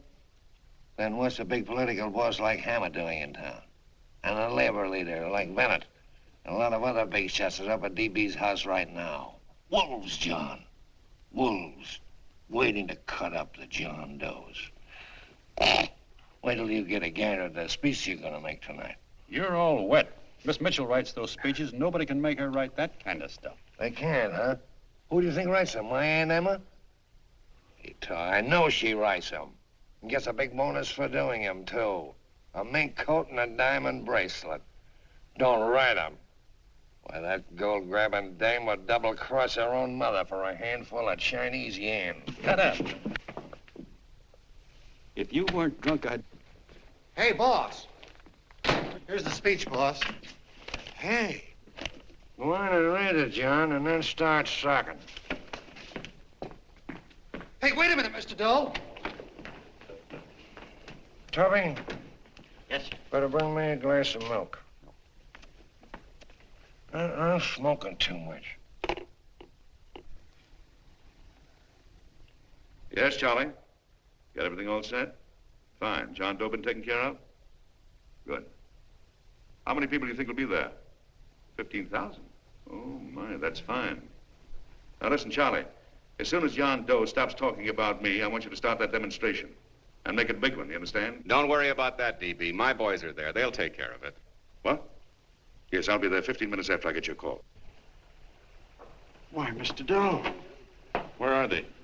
In the dining room, sir.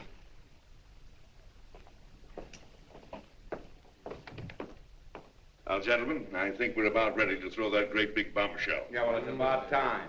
Even a conservative estimate shows that we can count on anywhere between 10 and 20 million John Doe votes. Now, add to that the labor vote that Mr. Bennett will throw in, and the votes controlled by Mr. Hammett and the rest of you gentlemen in your own territories, and nothing can stop us. As I said before, I'm with you, providing you can guarantee the John Doe vote. Don't worry about that.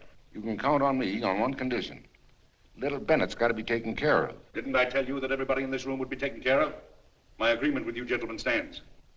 I'm with you, DB, but I still think it's a very daring thing we're attempting. These are daring times, Mr. Barrington. We're coming to a new order of things. There's too much talk been going on in this country. Too many concessions have been made. What the American people need is an iron hand. You're right. That's true. You're quite right, DB. Discipline. Right. And now, may I offer a little toast to Miss Ann Mitchell, the brilliant and beautiful lady who is responsible for all this. Miss Mitchell. Mr. Norton, I'd like to talk to you alone for a minute. Oh, Miss Mitchell has something to say to us. Let's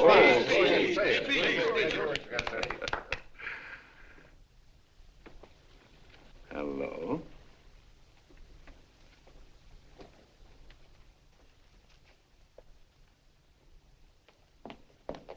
John, I'm so glad to see you. I was terribly worried. Did you write this? Yes, I did, John, but I had no idea what was going on. You didn't? No. That's a swell bracelet you're wearing. John, why aren't you at the convention?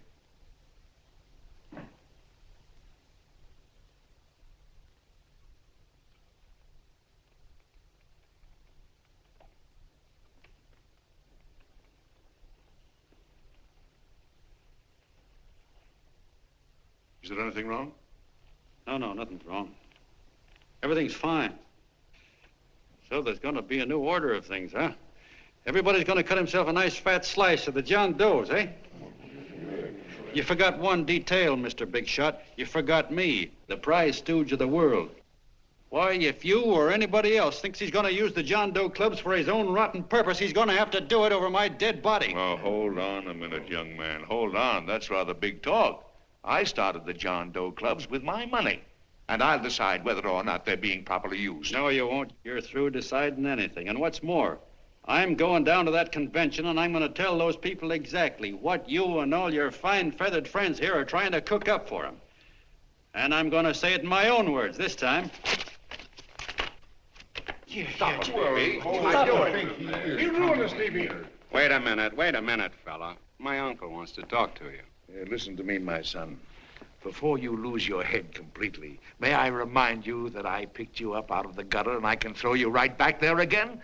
You've got a nerve accusing people of things. These gentlemen and I know what's best for the John Does of America, regardless of what tramps like you think. Get off that righteous horse of yours and come to your senses. You're the fake. We believe in what we're doing. You're the one that was paid the 30 pieces of silver. Have you forgotten that? Well, I haven't. You're a fake John Doe, and I can prove it. You're the big hero that's supposed to jump off tall buildings and things. You remember? What do you suppose your precious John Does will say when they find out that you never had any intention of doing it, that you were being paid to say so? You're lucky they didn't run you out of the country. With the newspapers and the radio stations that these gentlemen control, we can kill the John Doe movement deader than a doornail. We'll do it, too, the moment you step out of line. Now, if you still want to go to that convention and shoot your trap off, you go ahead and do it.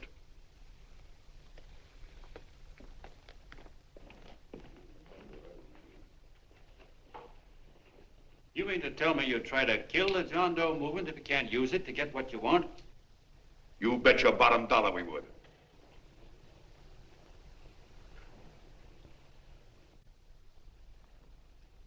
Well, that certainly is a new low. I guess I've seen everything now. You sit there back of your big cigars and think of deliberately killing an idea that's made millions of people a little bit happier. An idea that's brought thousands of them here from all over the country, by bus and by freight and jalopies and on foot, so they could pass on to each other their own simple little experiences. Why, look, I'm just a mug and I know it, but I'm beginning to understand a lot of things. Why, your type's as old as history. If you can't lay your dirty fingers on a decent idea and twist it and squeeze it and stuff it into your own pocket, you slap it down. Like dogs, if you can't eat something, you bury it. Why, this is the one worthwhile thing that's come along. People are finally finding out that the guy next door isn't a bad egg. That's simple, isn't it? And yet a thing like that's got a chance of spreading till it touches every last doggone human being in the world, and you talk about killing it. Why, when this fire dies down, what's going to be left? More misery, more hunger, and more hate. And what's to prevent that from starting all over again? Nobody knows the answer to that one, and certainly not you with those slimy, bollocksed up theories you got. The John Doe idea may be the answer, though. It may be the one thing capable of saving this cockeyed world. Yet you sit back there on your fat hulks and tell me you'll kill it if you can't use it. Well, you go ahead and try. You couldn't do it in a million years with all your radio stations and all your power. Because it's bigger than whether I'm a fake. It's bigger than your ambitions, and it's bigger than all the bracelets and fur coats in the world. You bet it is, John. And that's exactly what I'm going down there to tell those people. A minute, you ungrateful rat. My uncle's been too good. Getting away. Give me the bullet. John! I've always told you, D.B., you're playing with dynamite. Which way? Don't let that girl get away. Before he gets through tonight, he'll ruin us all. I'll stop him. I'll stop him cold. Don't worry. I've been ready for this. John! Oh, John, please listen to me. Please, I can explain everything, John. I didn't know what they were going to do. Let me go with you, John. John, please. Go ahead, driver. Ballpark. Explain it to you, John. Please let me go with you. Please. John! Mr. Martin wants to see you. Listen to me, Mayor Lovett. You do as I say. I want them both arrested. You tell the police department to pick up Cannell. I've got the girl here. I've got the bullet. I don't care what you charge him with. If you're worried, let him go in the morning, but keep him in jail overnight. Hello, Bulletin. Put wire on.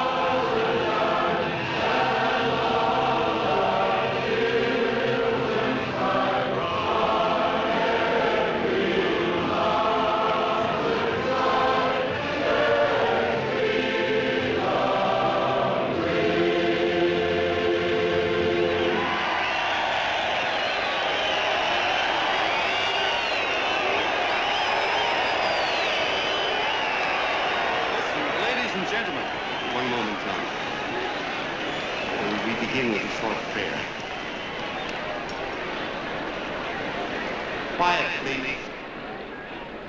Ladies and gentlemen, let us have a moment of silent prayer for the John Does all over the world, many of whom are homeless and hungry. Rise, please. Everybody rise.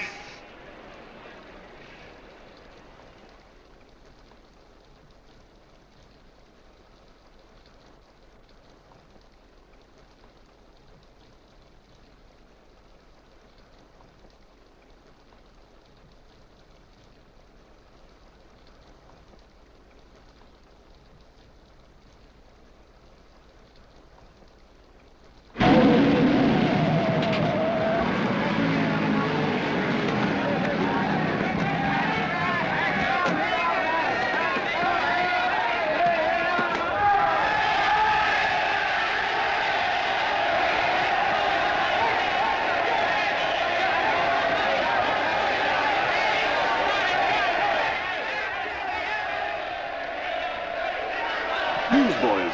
Hundreds of yelling newsboys are swarming into the park like locusts. They're yelling John Doe's a fake. Fake.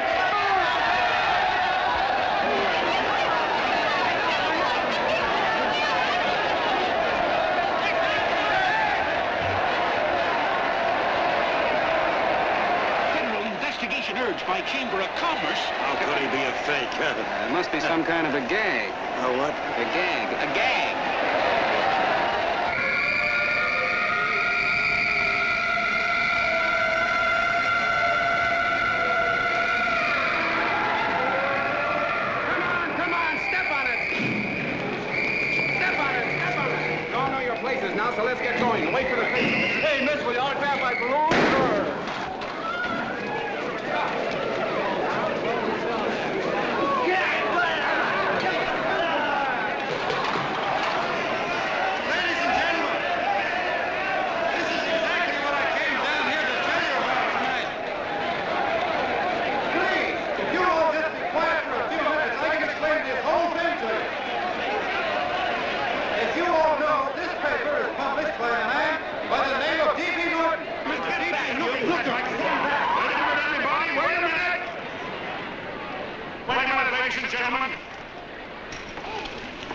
name is D.B. Norton. You all know me.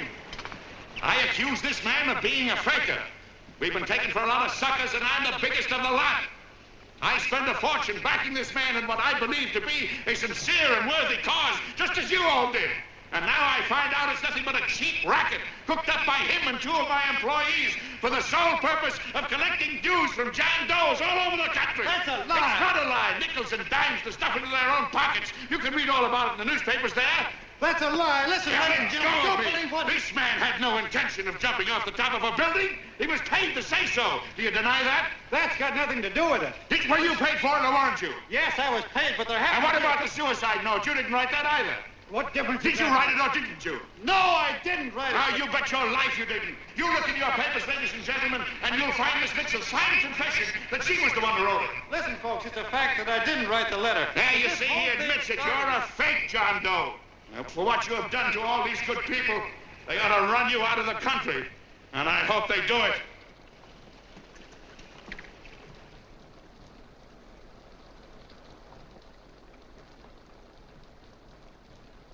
Speak up, John. We believe you.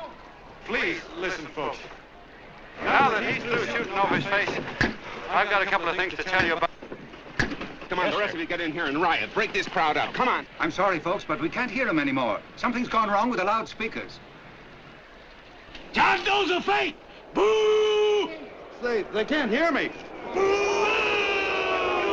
This thing's not working. Ladies and gentlemen.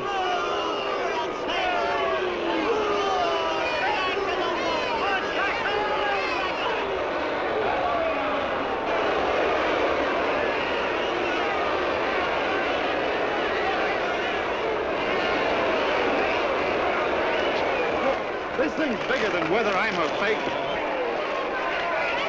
Look, Bert, you believe me, don't you? Sure, I believe you. Walking my legs off, thinking up 5,000 signatures for a phony. Well, there you are, Mr. Doe. 5,000 names asking you not to jump off any roof. It makes no difference, Bert. The idea's still good. We don't have to give up our club. Yeah, well, you can have it. They're starting to throw things. Somebody's going to get hurt. I'm afraid it'll be John Doe. Listen to that mob. I've got to go to him. All right, lady. Can't let you out. Oh, let me go. I want to go to him. Oh, please. Please let me go. They're crucifying him. I can help him. Sorry, sister. We got orders to hold. Orders from who? Can't you see it's a framer? And oh, Mother, they won't let me go. They won't let me go. Listen, folks. You gotta listen to me, everybody. Back to the jungle, you hobo. Just another racket. Stick to your clubs. We've been fed baloney so long, we're getting used to it.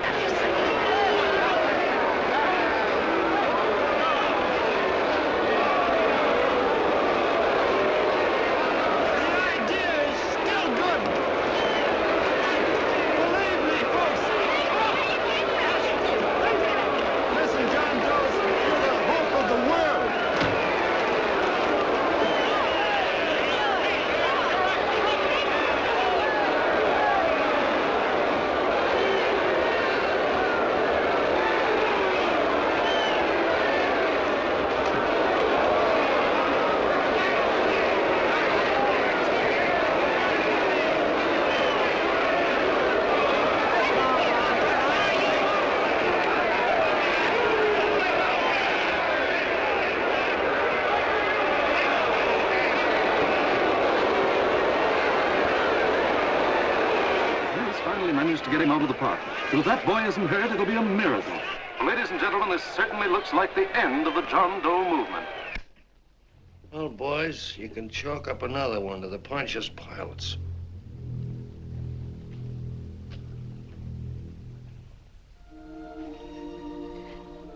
I should have been there. I could have helped him. He was so all alone.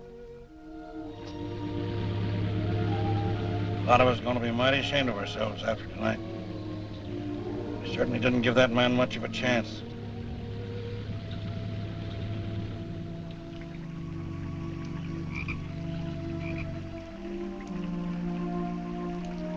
Have some more coffee, Long John?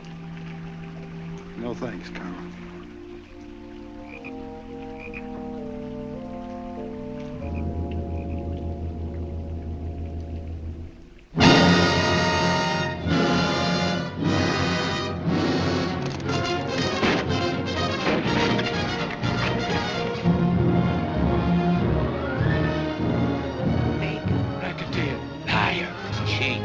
Impossible. Why don't you jump? Christmas Eve at midnight. Bye, Mr. Doe. You're a wonderful man. And God bless you, my boy. Now get in there and pitch. You're a fake John Doe, and I can prove it. You're the big hero who's supposed to jump off tall buildings and things. Do you remember? What do you suppose your precious John Does will say when they find out that you never had any intention of doing it, that you were being paid to say so? Christmas Eve at midnight.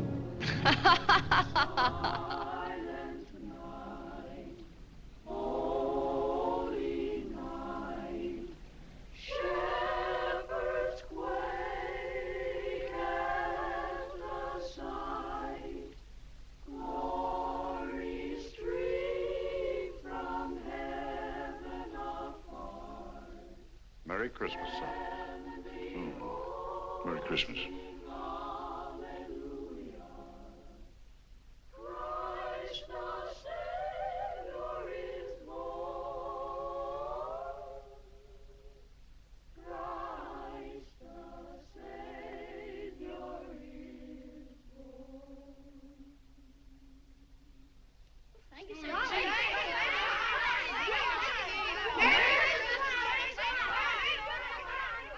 Who?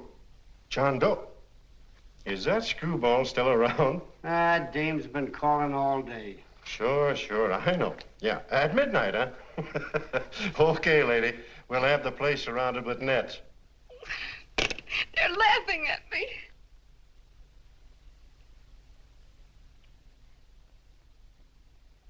You're a sick girl, Anne. You better take it easy. Whom are you calling now? You called that number not 10 minutes ago. Hello, Mr. Canal. Have you seen him yet? Have you... Now listen, Ann, he can't possibly get in without our seeing him. I'm watching the side door and the colonel's out front, so stop worrying. Oh. Thank you.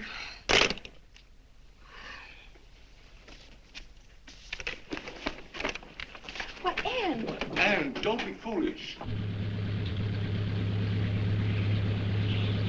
If this isn't the craziest, the battiest, the looniest wild goose chase I ever heard of. Oh, shut up, Bert. Sourpuss is right. Yeah, well, if he is, I'm a banana split. That man is going to be on that roof. Don't ask me how I know. I just know, and you know it as well as I do. Sure. I'd like to believe in fairy tales, but a guy that's a fake isn't going to jump off any roof. I don't think he was any fake, not with that face. And anyway, what he stood for wasn't a fake. Okay, honey, okay.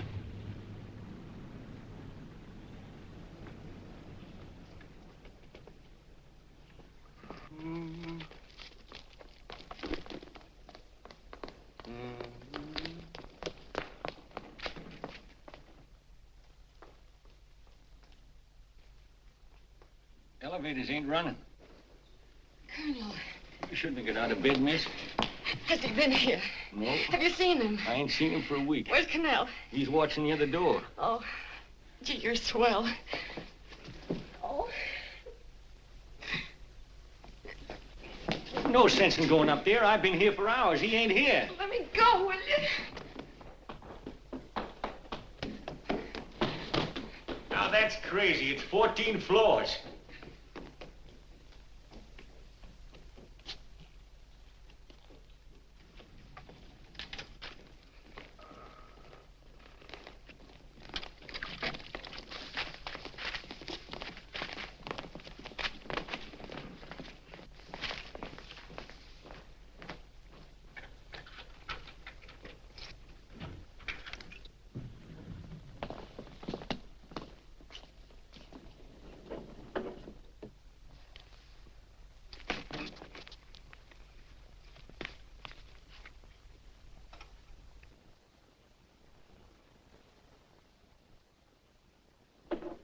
As far as the elevator goes, we gotta walk up to the tower.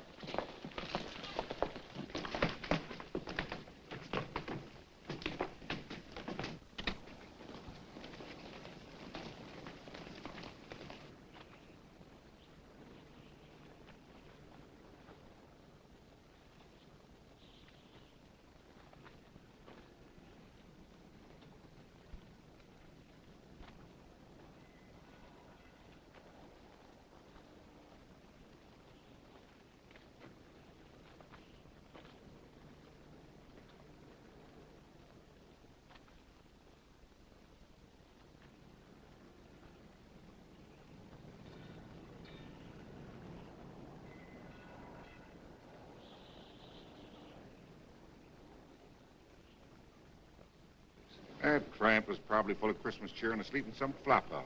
Let's go. I've got to decorate my tree.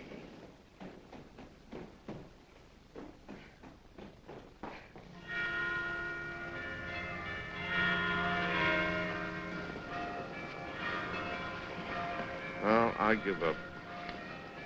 I don't know what gave us the idea that we'd attempt anything like this. I guess you're right. I'm afraid the joke's on us. Let's go. I hope nobody finds out we've been here.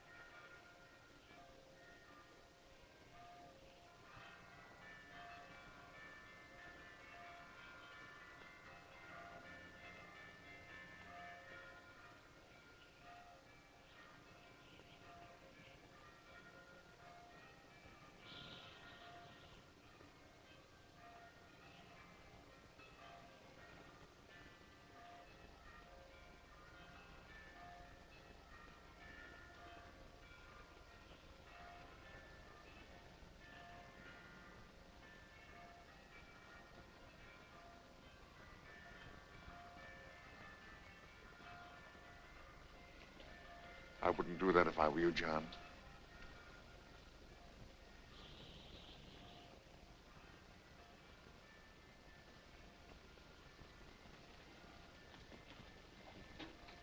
It'll do you no good.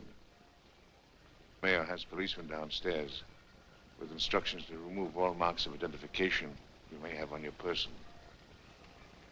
You'll be buried in Potter's Field and you will have accomplished nothing.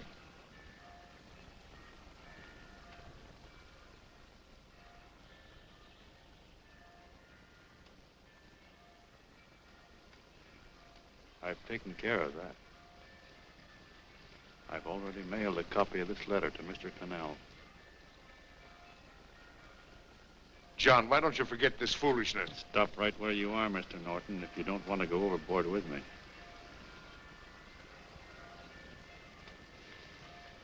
I'm glad you gentlemen are here.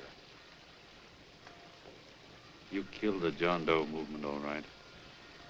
But you're going to see it born all over again.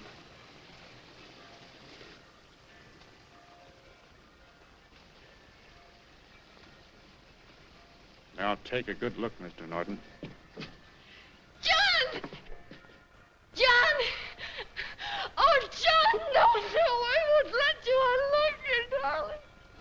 Oh, please. Please don't give up. We'll start all over again. Just you and I. It isn't too late. The John Doe movement isn't dead yet. You see, John, it isn't dead or they wouldn't be here. It's alive in them. They kept it alive by being afraid of. That's why they came up here. Oh, darling. Sure, it should have been killed. It was dishonest. But we can start clean now. Just you and I. It'll grow, John, and it'll grow big because it'll be honest this time. Oh, John, if it's worth dying for, it's worth living for. Oh, please, John. Oh. Oh, please. Please, God, help me. John, look at me. You want to be honest, don't you? Well, you don't have to die to keep the John Doe idea alive. Someone already died for that once. The first John Doe. And he's kept that idea alive for nearly 2,000 years. It was he who kept it alive in them. And he'll go on keeping it alive forever and always.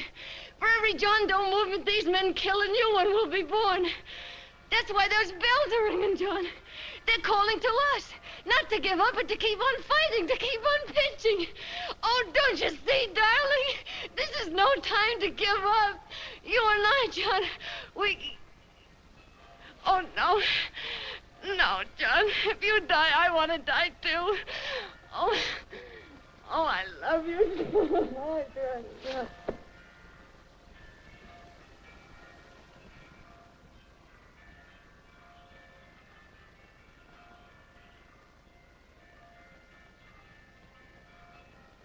Mr. Doe, you don't have to.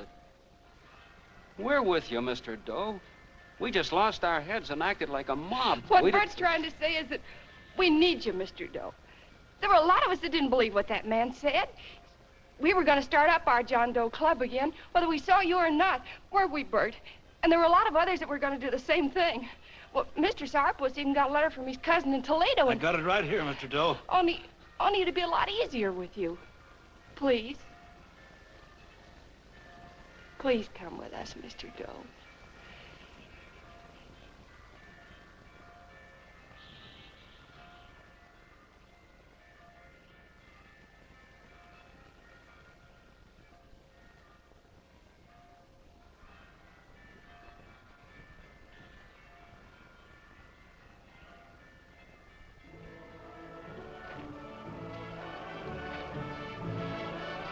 Long John. Mr. Doe. Here, we'll help you with her. She'll be all right. Mr. Doe, take her right down to the car. And right up. Look, we got a car right down to where it is. They are, Norton, the people. Try and lick that.